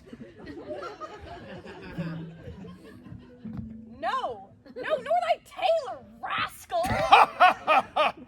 Thou precious varlet, my tailor made them not. Hence, then, and thank the man that gave them thee. Thou art some fool. I am loath to beat thee. Thou injurious thief, hear but my name and tremble. What's thy name? Cloten, thou villain!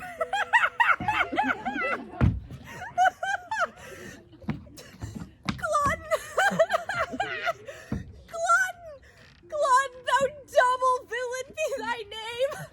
I cannot tremble at it. Were it toad or adder, spider, 'twould move me sooner.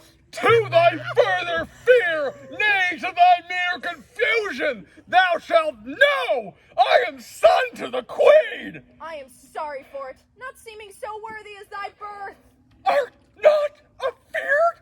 Those I reverence, those I fear, are the wise. At fools I laugh, not fear them. By the death! When I have slain thee with my own hand, I'll follow them that even now fled hence, and on London Bridge set your heads. Yield, rustic mountaineer! Oh, you will.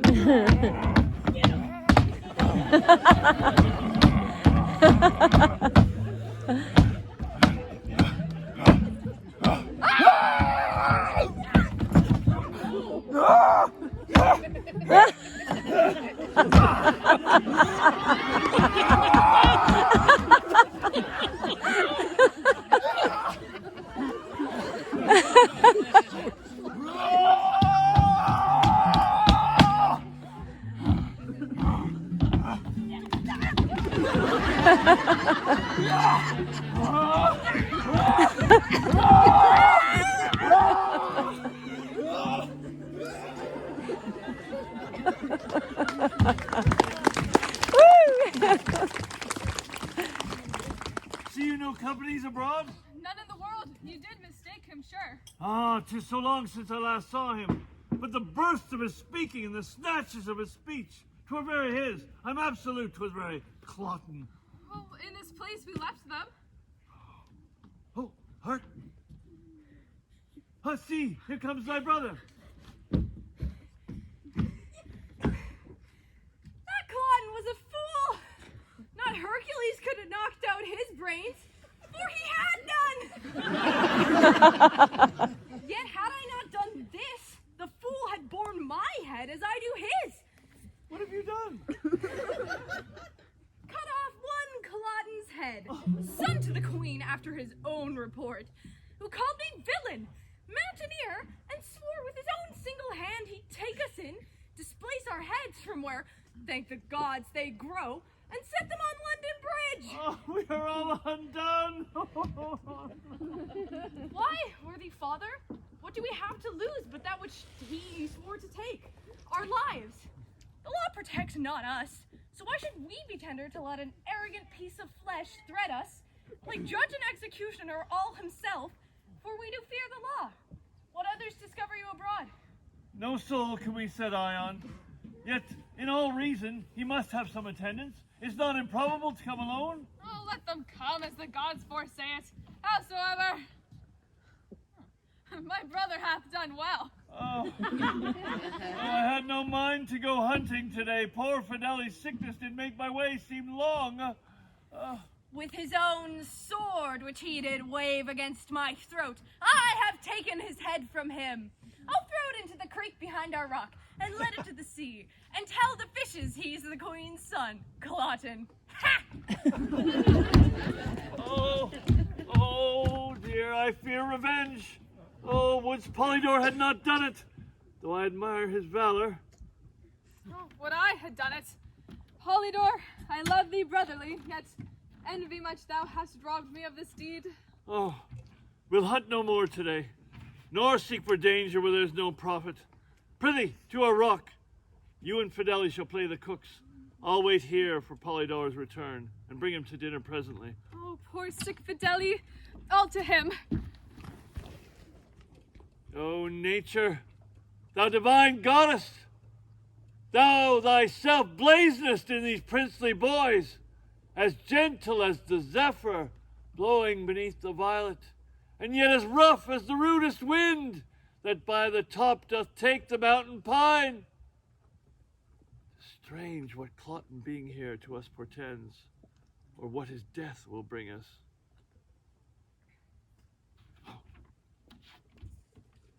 Where is my brother? I have sent Cloten's clotpole down the stream. In embassy to his mother, his body is hostage for his return. Oh, hark! My ingenious instrument. Hark, Polydor, it sounds.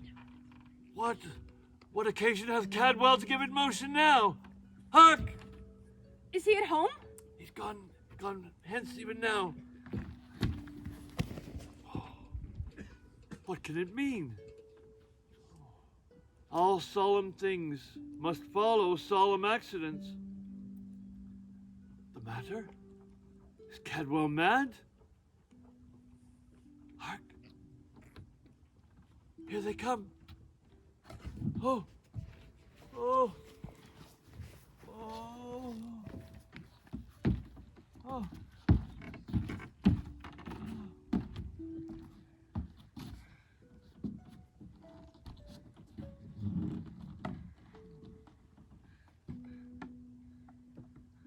The bird is dead, though we've made so much on.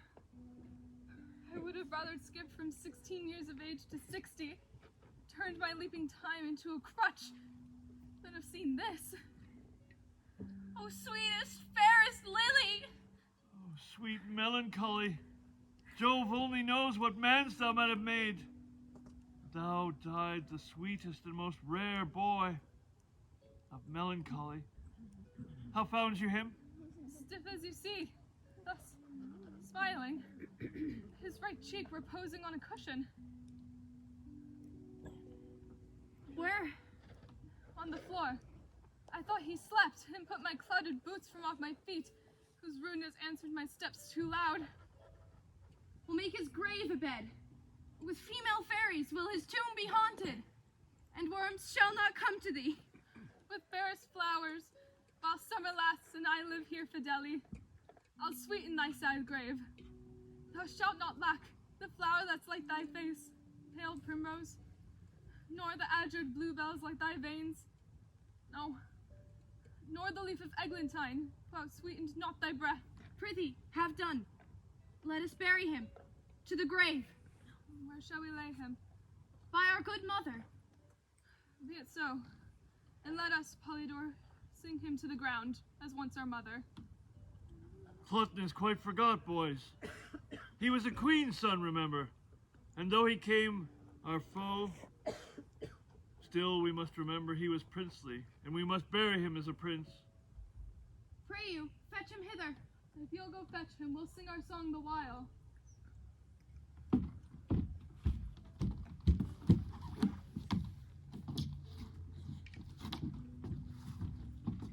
Oh, nay, Cadwell, to the east. Oh, 'tis true.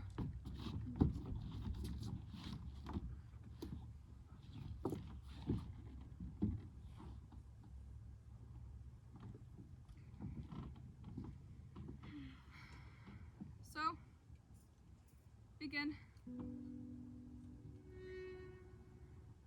Fear no more the heat of the sun, nor the furious winter's rages.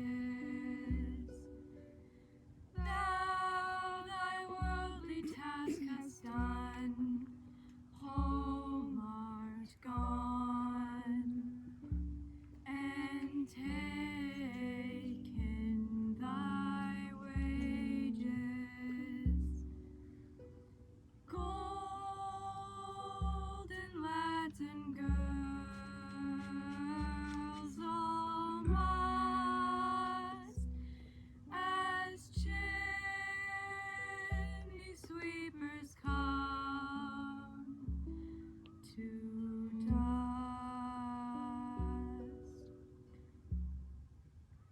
Fear no more the frown of the great. Thou art past the tyrant's stroke. Care no more to clothe and eat. To thee the reed is as the oak. The scepter learning physic must all follow this and come to dust. No enchanter harm thee, nor no witchcraft charm thee. Ghost unlaid forbear thee, nothing ill come near thee. Quiet consummation have, and renowned be thy grave.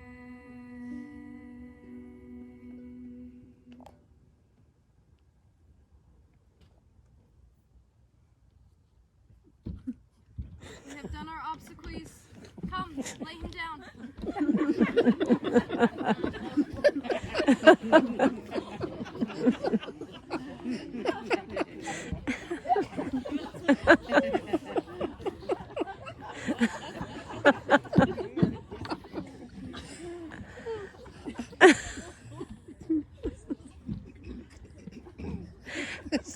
Some flowers for the grave. Round about midnight more. For the herbs that have on them the evening dew are the strewings fittest for the grave.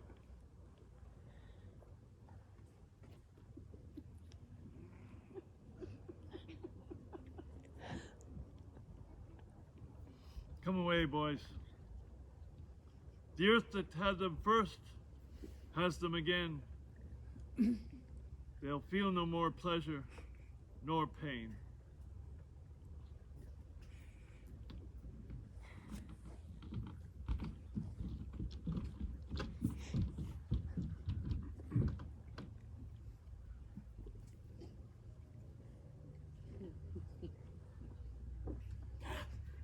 Yes, sir. To Milford Haven, which is the way? I thank you. By yond bush. Pray, how far thither? Odds Bidikins, can it be 6 mile yet? I have gone all night. Faith, I'll lie down and sleep. But soft.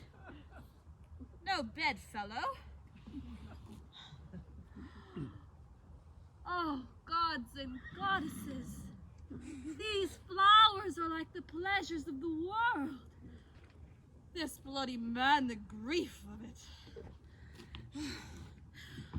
I hope I dream, for So I thought it was a cave keeper and cooked you honest creatures, but 'tis not so. Good faith! I tremble still with fear. The dreams here still.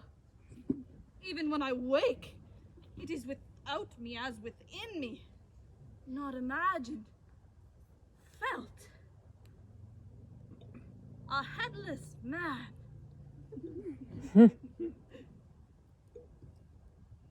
The garments of Posthumus. I know the shape of his leg. This is his hand.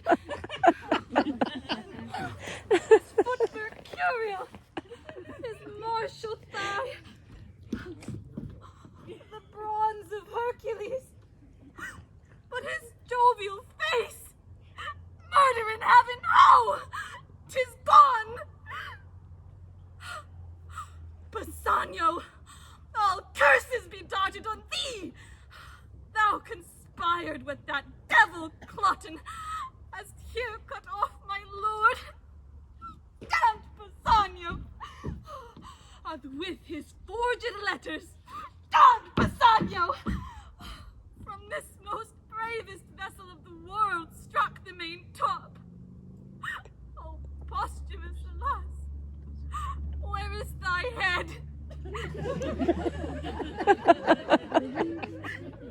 Where is that? Ay me, where's that? Bassanio might have killed thee at the heart and left this head on. How should this be, Bassanio? 'Tis he and Cloten. Malice and greed in them have laid this woe here. Oh, 'tis sure, 'tis sure. The drug he gave me.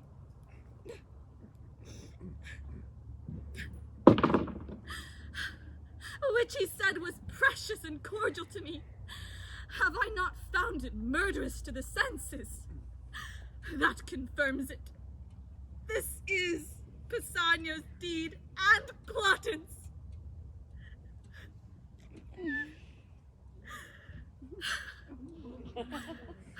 Oh, give color to my pale cheek with thy blood, that we the horrider may seem to those which chance to find us.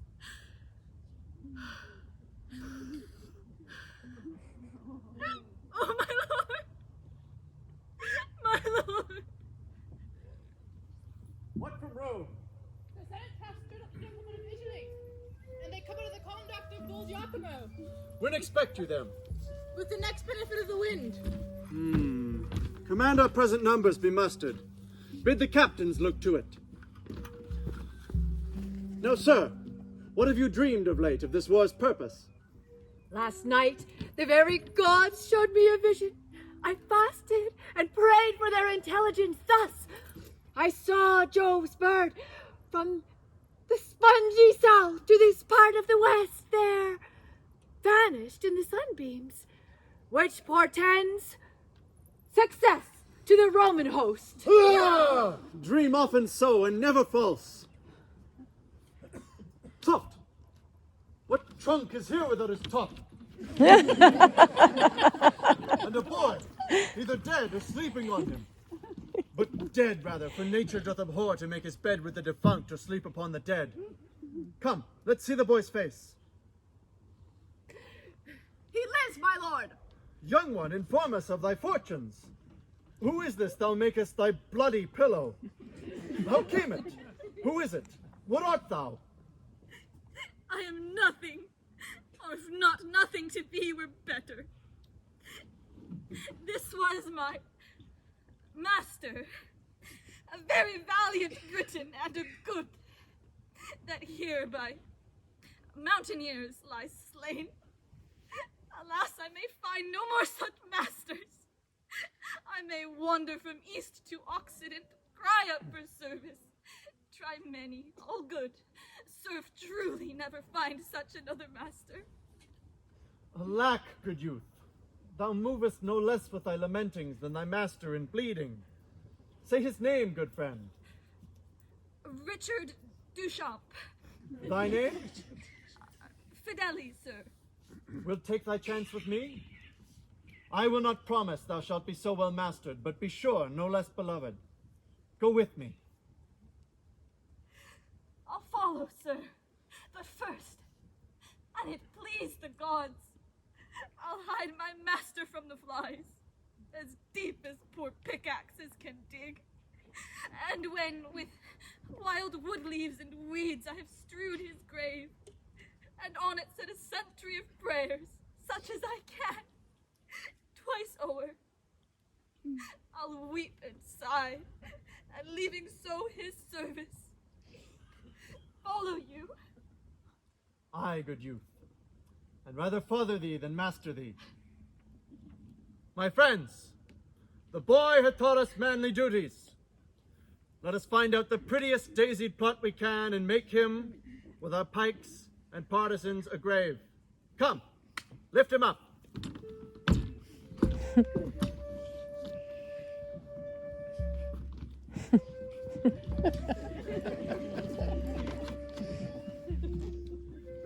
Boy, he shall be interred as soldiers can. Be cheerful. Wipe thine eyes. Some falls are means the happier to arise.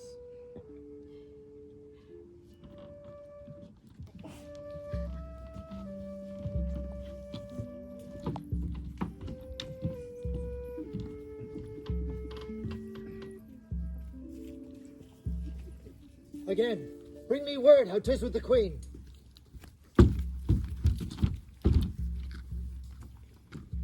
Fever with the absence of her son.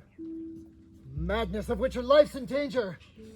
Oh, heavens, how deeply you do at once do touch me. Imogen, great part of my comfort. God, my queen upon a desperate bed, and at a time when fearful wars do point at me, her son gone, so needful for this present time, strikes me past the hope of comfort. But for thee, fellow, who must needs know of her departure, yet dost seem so ignorant, will enforce it from thee by a sharp torture. My lord, my life is yours. I humbly set it at your will. But for your daughter, I neither know where she remains, why gone, nor when she purposes return. Beseech your highness, hold me your loyal servant. Time is troublesome. I'll pardon you for a season, but my anger does yet depend on events. So please your majesty, the Roman legions, all drawn from France, are landed on your coast, with a supply of Roman gentlemen by the Senate sent. Now for the counts of my son and queen. I'm amazed with matter. Good my liege. If more come, for more you're ready. The need now is but to put into motion those powers that long to move. I thank you. Let's meet the time as it seeks us. We fear not what can from Italy annoy us. Grieve at chances here. Away!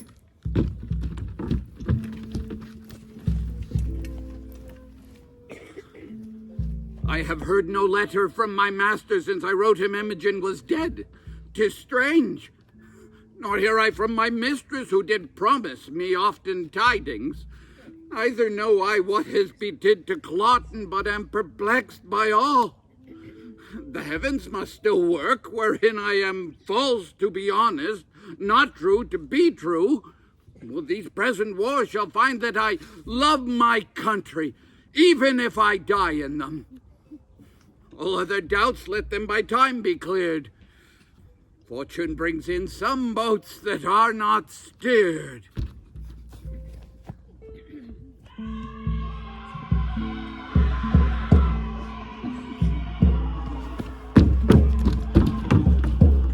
The noise is round about us! Let us hence! What pleasure, sir, find we in life to look it from action and adventure? Boy, boys, higher to the mountains, come! This, sir, is a doubt. In such a time, nothing becoming you nor satisfying us. I am known of men in the army, and besides the king does not deserve my service, nor your love. I and my brother are not known. You so long out of thought cannot be questioned. By the sun that shines, out to the war. What thing is it that I never did see a man die? Scarce ever looked on blood but that of coward hares, hot goats, and venison. Never bestrid a horse, save one who had a rider like myself, who never wore iron on his heel.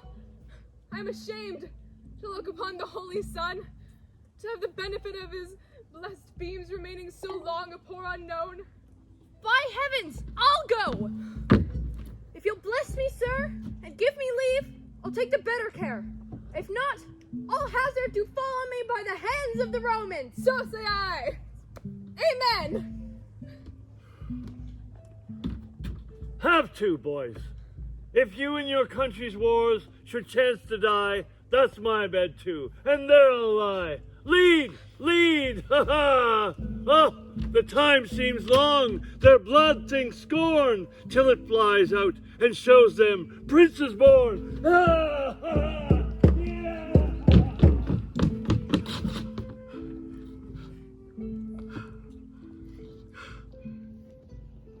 Yea, bloody cloth! I'll keep thee, for I wish thou shouldst be colored thus. You married ones, if each of you should take this action, how many must murder wives much better than themselves for erring but a little?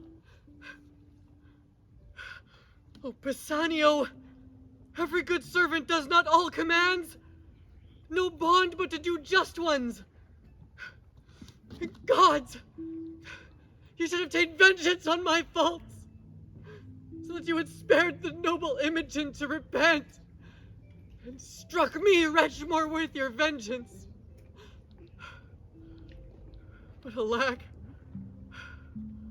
you snatched some up hence for little faults, to have them fall no more. I am brought here among the Roman gentlemen to fight against my lady's kingdom. 'Tis enough that Britain I've killed thy mistress. Peace, I'll give no wound to thee. Therefore, good heavens, hear patiently my purpose. I'll discard me of these Roman weeds, and suit me as does a British peasant.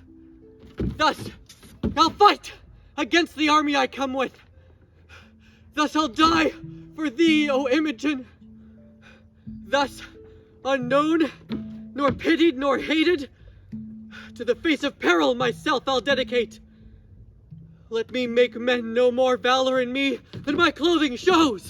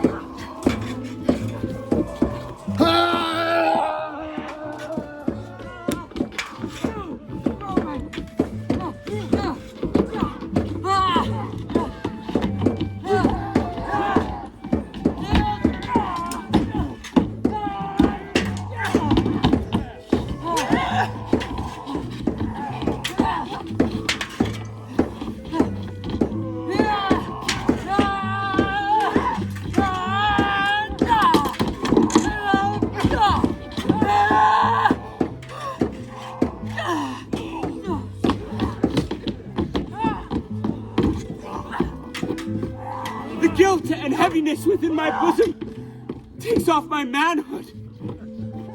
I've belied a lady and the princess of this country, and the air of it revengingly enfeebles me. Else how could this peasant have subdued me? Your king is taken! Surrender!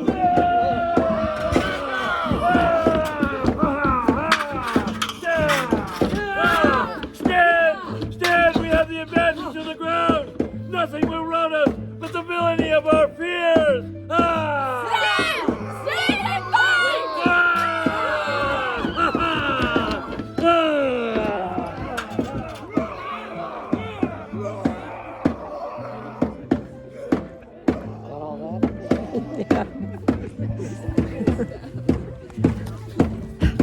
Away, boy, from the troops, and save thyself!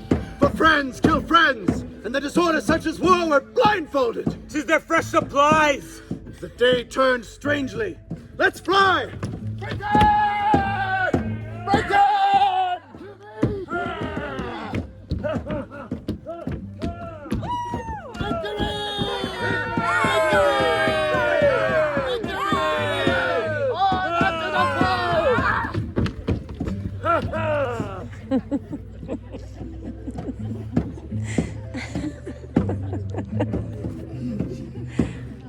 Oh dear.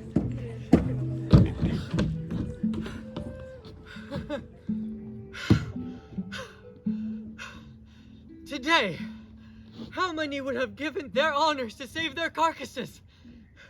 Ran away to do it, and yet died too.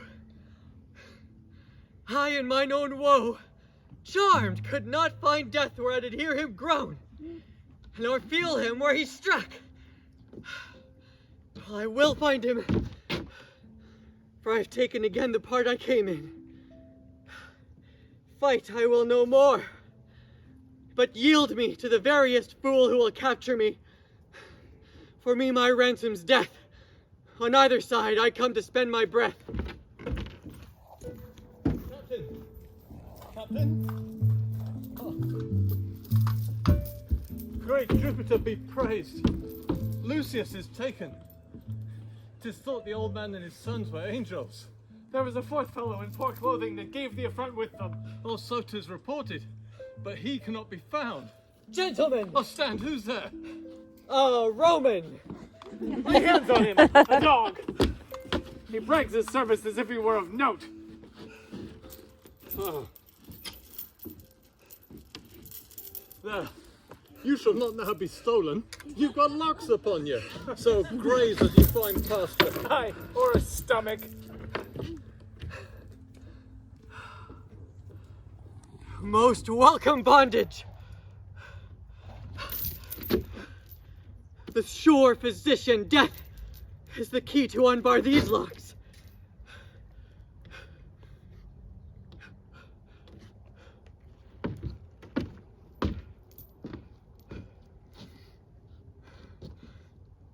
You good gods! Is it enough I am sorry? For Imogen's dear life, take mine. Though 'tis not so dear, yet 'tis a life. You coined it. And so, great powers, take this life. Cancel these cold bonds.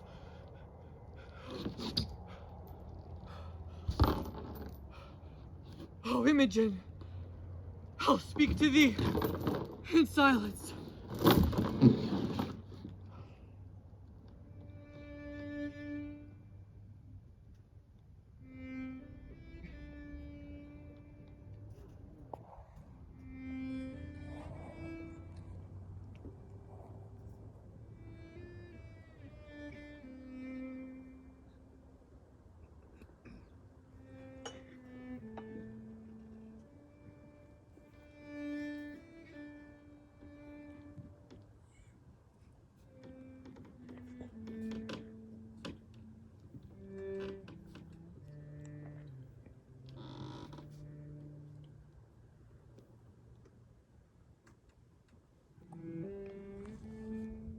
No more, thou thunder master. Show thy spite on mortals. Hath my poor boy aught done but well, whose face I never saw? I died whilst in the womb he stayed, attending nature's law. From me was Posthumus ripped, came crying mongst his foes. Thing of pity. He deserved the praise of the world. With marriage, why was he mocked? To be exiled and cast from her, his dearest one, sweet Imogen. And why did you allow Iachimo to taint his nobler heart and mind with needless jealousy? For this we came, our parents and us twain, that striking in our country's cause, fell bravely and were slain. Like service Posthumus hath performed for Cymbeline. Then, Jupiter, thou king of gods, why hast thou thus denied the graces of his merits due? Look down! No longer exercise on our valiant race thy harsh and potent injuries. Our son was good to take off his miseries. Help him, or we poor ghosts will cry out against thy deity. Help, Jupiter, or we from thy justice fly. Help, Jupiter, or we from thy justice fly. Help, Jupiter, or we from thy justice fly!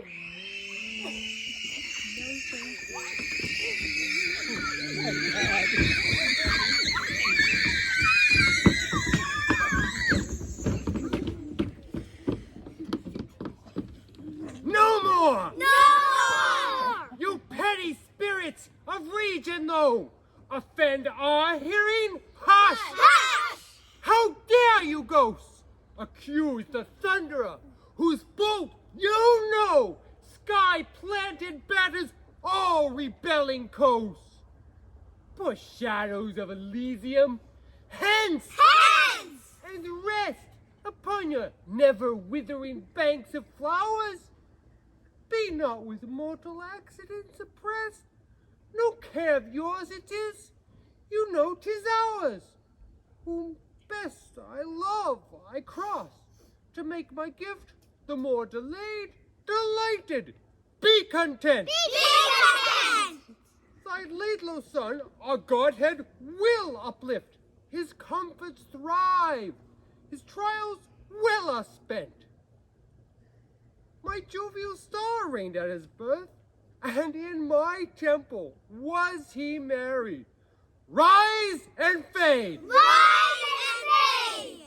He shall be lord of Lady Imogen. Lady Imogen! And happier much by his affliction made.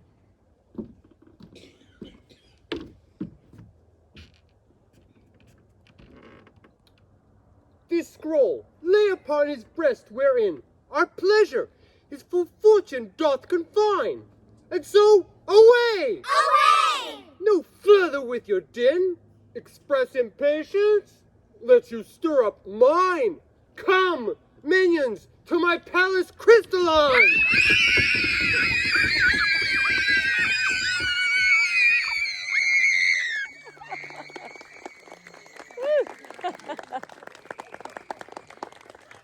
Hail and thunder! His ascension is more sweet than our blessed fields. Thanks, Jupiter. Thanks, Jupiter. Thanks, Jupiter.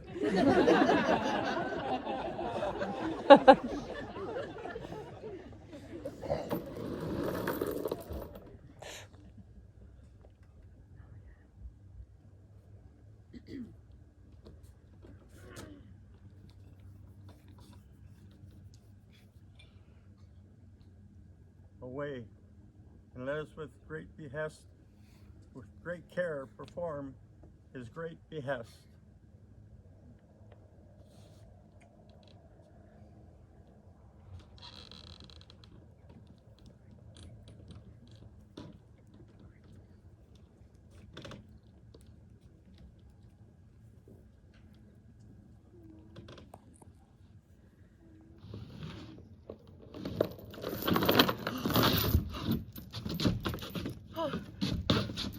Oh, sleep! Thou hast begot a father to me, and a mother, and 2 brothers. Oh, but scorn! Gone! Oh, they went hence so soon as they were born. Now I am awake. Poor wretches, dream as I have done, awake and find nothing. Oh! What fairies haunt these grounds? A scroll? Oh, rare one.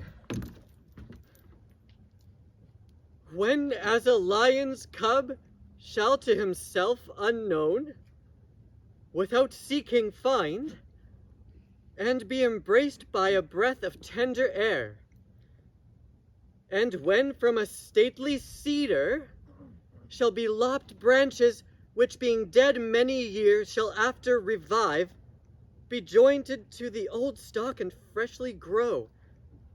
Then shall Leonatus end his miseries, Britain be fortunate, and flourish in peace and plenty. 'Tis still a dream, or else such stuff as madmen speak and brain not. Either both or nothing. Come, sir. Are you ready for death? Over-roasted, rather. Ready long ago. Oh, hanging is the word, sir. If you be ready for that, you are well cooked. So if I prove a good repast to the spectators, the dish pays the shot. A heavy reckoning for you, sir.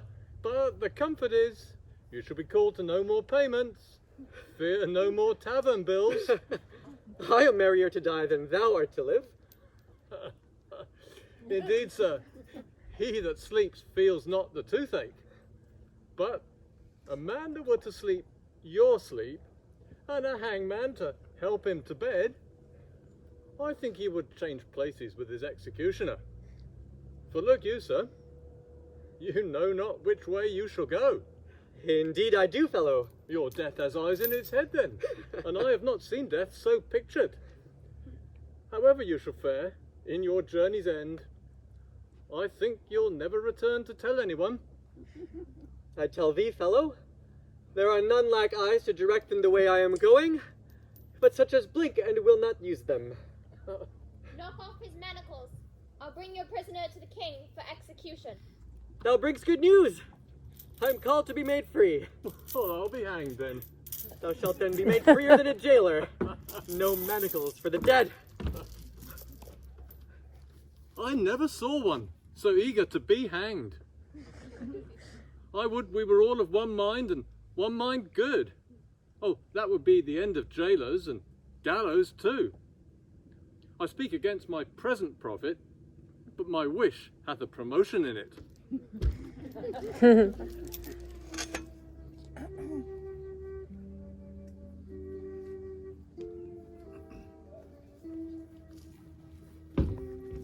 Stand by my side, you whom the gods have made, preservers of my throne. Woe is my heart that the poor soldier that so richly fought, whose rags, shamed, gilded arms cannot be found. Happy he shall be that finds him, if my grace can make him so. I've never seen such noble fury in so poor a man. Such precious deeds in one more inclined to beggary and poor looks. No tidings of him.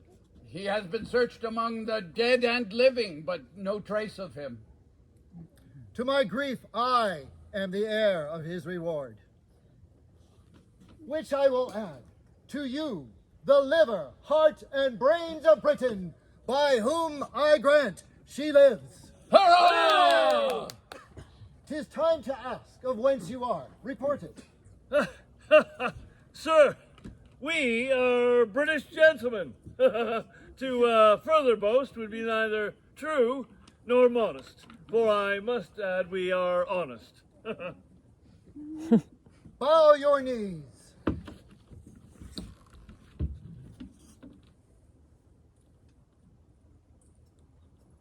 Arise, my knights of the battle. I create you companions to my person, and will fit you with dignities becoming your estates. Hurrah! Hail! Great king! There's business in these faces? Why so sadly greet our victory? You look more like Romans than of the court of Britain. To sour your happiness, I must report the queen is dead.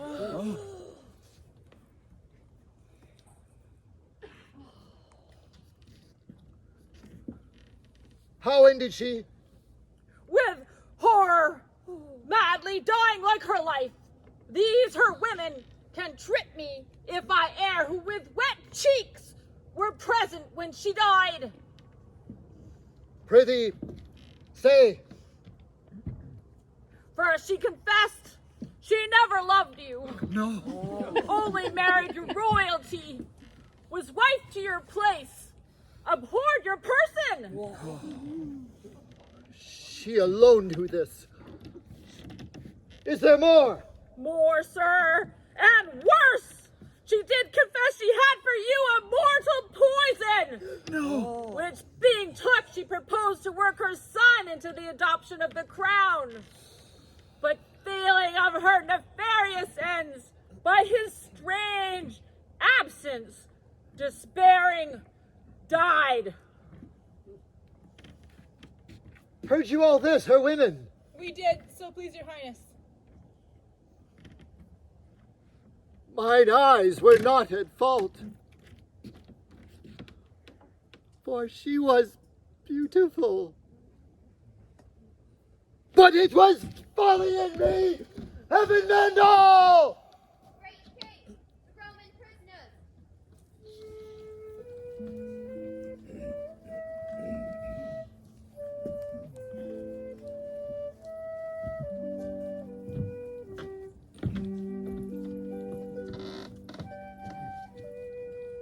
Thou comest not now, Caius, for the tribute the Britons have erased, though at the loss of many a bold soldier, whose kinsmen have made suit, that their good souls may be appeased by the slaughter of you, their captives, which myself have granted.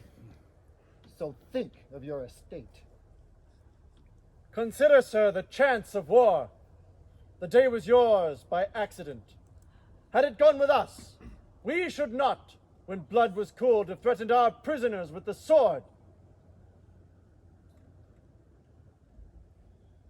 But, since the gods will have it thus, that nothing but our lives may be called ransom, let it come.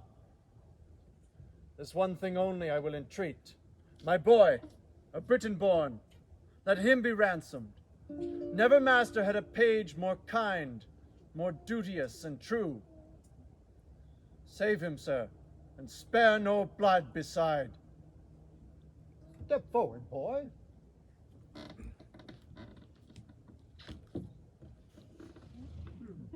Surely I know him. His face is familiar to me. Boy, thou hast looked thyself into my favor, and art mine own. I know not why wherefore to say, live, boy, live, and ask of Cymbeline what boon thou wilt, I'll give it.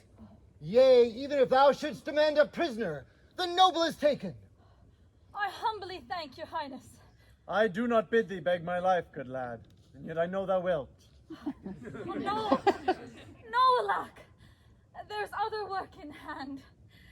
I have seen a thing bitter to me as death. Your life, good master, must shuffle for itself.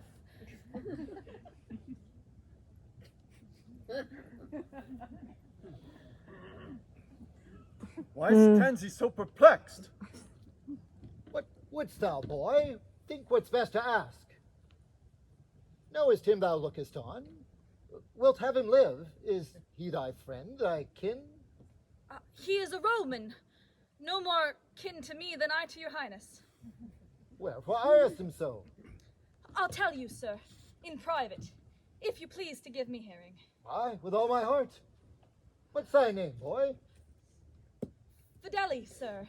Ah, thou art my good youth, my page. I'll be thy master. Come, walk with me. Speak freely. 'Tis not the same boy revived from death. One grain of sand and another, not more resembles he and that lad who died and was Fideli. What think you? The same dead thing alive! stay quiet. We'll see further. It is my mistress. Since she is alive, let fortune run on to good or bad. Come now, stand by my side. Sir, step thee forth. Give answer to this boy, and do it freely, or bitter torture shall winnow the truth from falsehood. On, speak to him. My boon is that this gentleman may render of whom he had this ring. What's that to him? That diamond upon your finger. Say how came it yours? By villainy I got this ring. 'Twas Posthumus's jewel, whom thou did banish. Will thou hear more, my lord? All that belongs to this. Your daughter. Oh, give me leave, I faint. My daughter? What of her? Strive, man, and speak. Upon a time, it was in Rome. 'Twas at a feast. Hearing us praise our women of Italy, this Posthumus took his hint, and he began to praise your daughter's chastity. Whereat I wagered with him pieces of gold to take his place in bed, and win this ring by hers and mine adultery. Post I to Britain in this design, and, to be brief, returned with simulated proof enough to make the noble Posthumus quite mad. With tokens, this, her bracelet, oh, cunning how I got it, nay, some marks of secret upon her person, that he could not but think her bond of chastity quite cracked. But she was chaste, whereat... Methinks I see him now. So thou dost, Roman fiend! I am Posthumus, that killed thy daughter. Spit and throw stones, cast mire upon me, set the dogs of the street to bark at me. Oh, Imogen, my queen, my life, my wife, oh, Imogen, Imogen, Imogen. Peace, my lord! Here!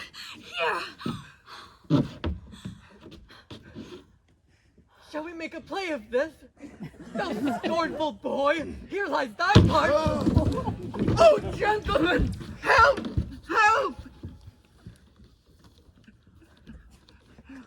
Gentlemen, mine and your mistress. Oh, Posthumus, you ne'er killed Imogen till now. Help, my precious lady, help. Wake, my lady, wake. How fares my lady?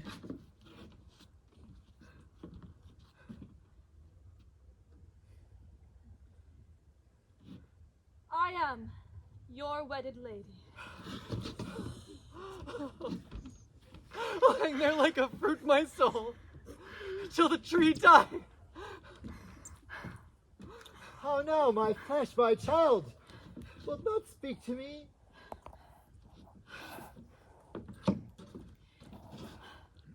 Your blessing, sir.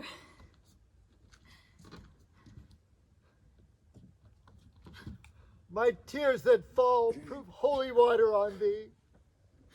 Imogen, thy mother's dead. I am sorry for it, my lord.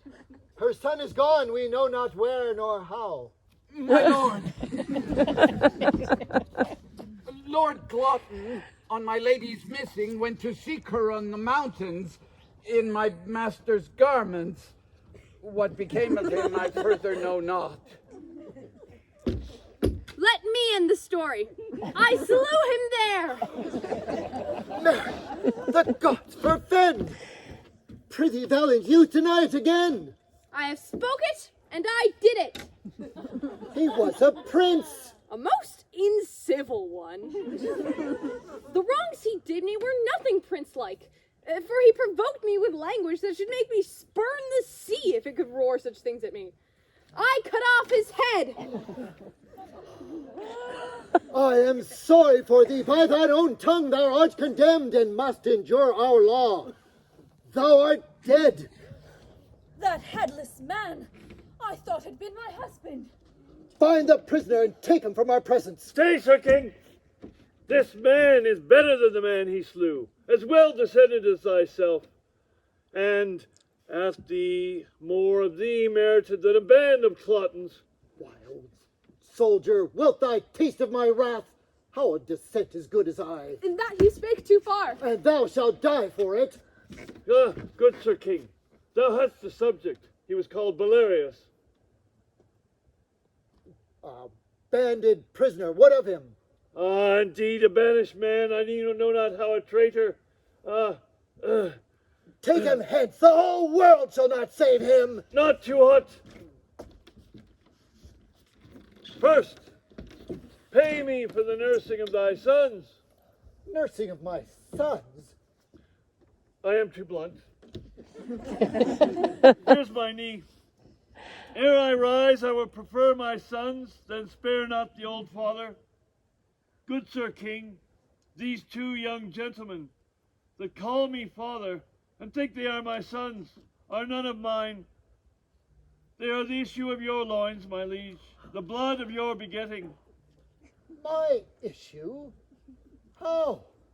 So sure as you, your fathers, I am that Belarius whom you banished. I stole these boys to revenge the banishment. But gracious sir, here are your sons again, and I must lose two of the sweetest companions in the world. Oh, the benediction of the covering heavens shall fall on their heads like dew, for they are worthy to inlay the heaven with stars. I lost my children. If these be they, I know not how to wish a pair of worthier sons. This gentleman, true Guiderius. This gentleman, Arvergus, your younger princely son. Guiderius had upon his neck a mole, a sanguine star. 'Twas a mark of wonder. This is he that hath upon him still that natural stab.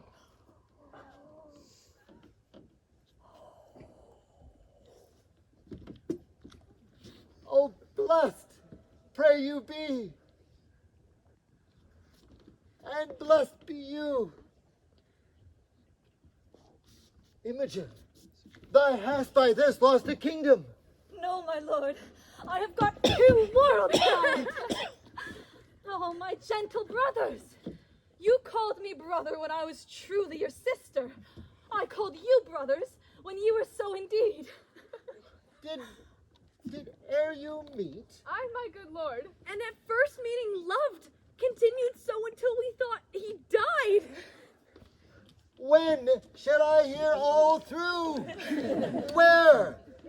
How lived you? How came you to serve our Roman captive? How parted you from your brothers? When first met them? Why fled you from the court and whither? Oh, these and more will be demanded, but in another time and place. Let's quit this ground and smoke the temple with our sacrifices. I call thee brother, and will hold thee so ever. You are my father too, and did relieve me to see this gracious season. All overjoyed, save these in bondage, but they shall be joyful too, for they shall taste my comfort. My good master, I will yet do you service. Happy be you. Good Sir Posthumus, beseech you, take that life which I owe. But first, your ring, and the bracelet of the truest princess who ever swore her faith. Kneel not to me, What power I have over you is to spare you and forgive you. Live and deal with others better.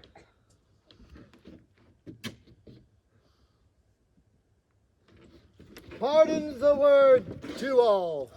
Hurrah! My lord. My son. Oh, good my lord of Rome. Call forth your soothsayer. As I slept, methought great Jupiter appeared to me, with other spirit shows of mine own kindred. When I awoke, I found this label upon my bosom. I can make no understanding of it. Soothsayer, Here, my good lord. read and declare the meaning.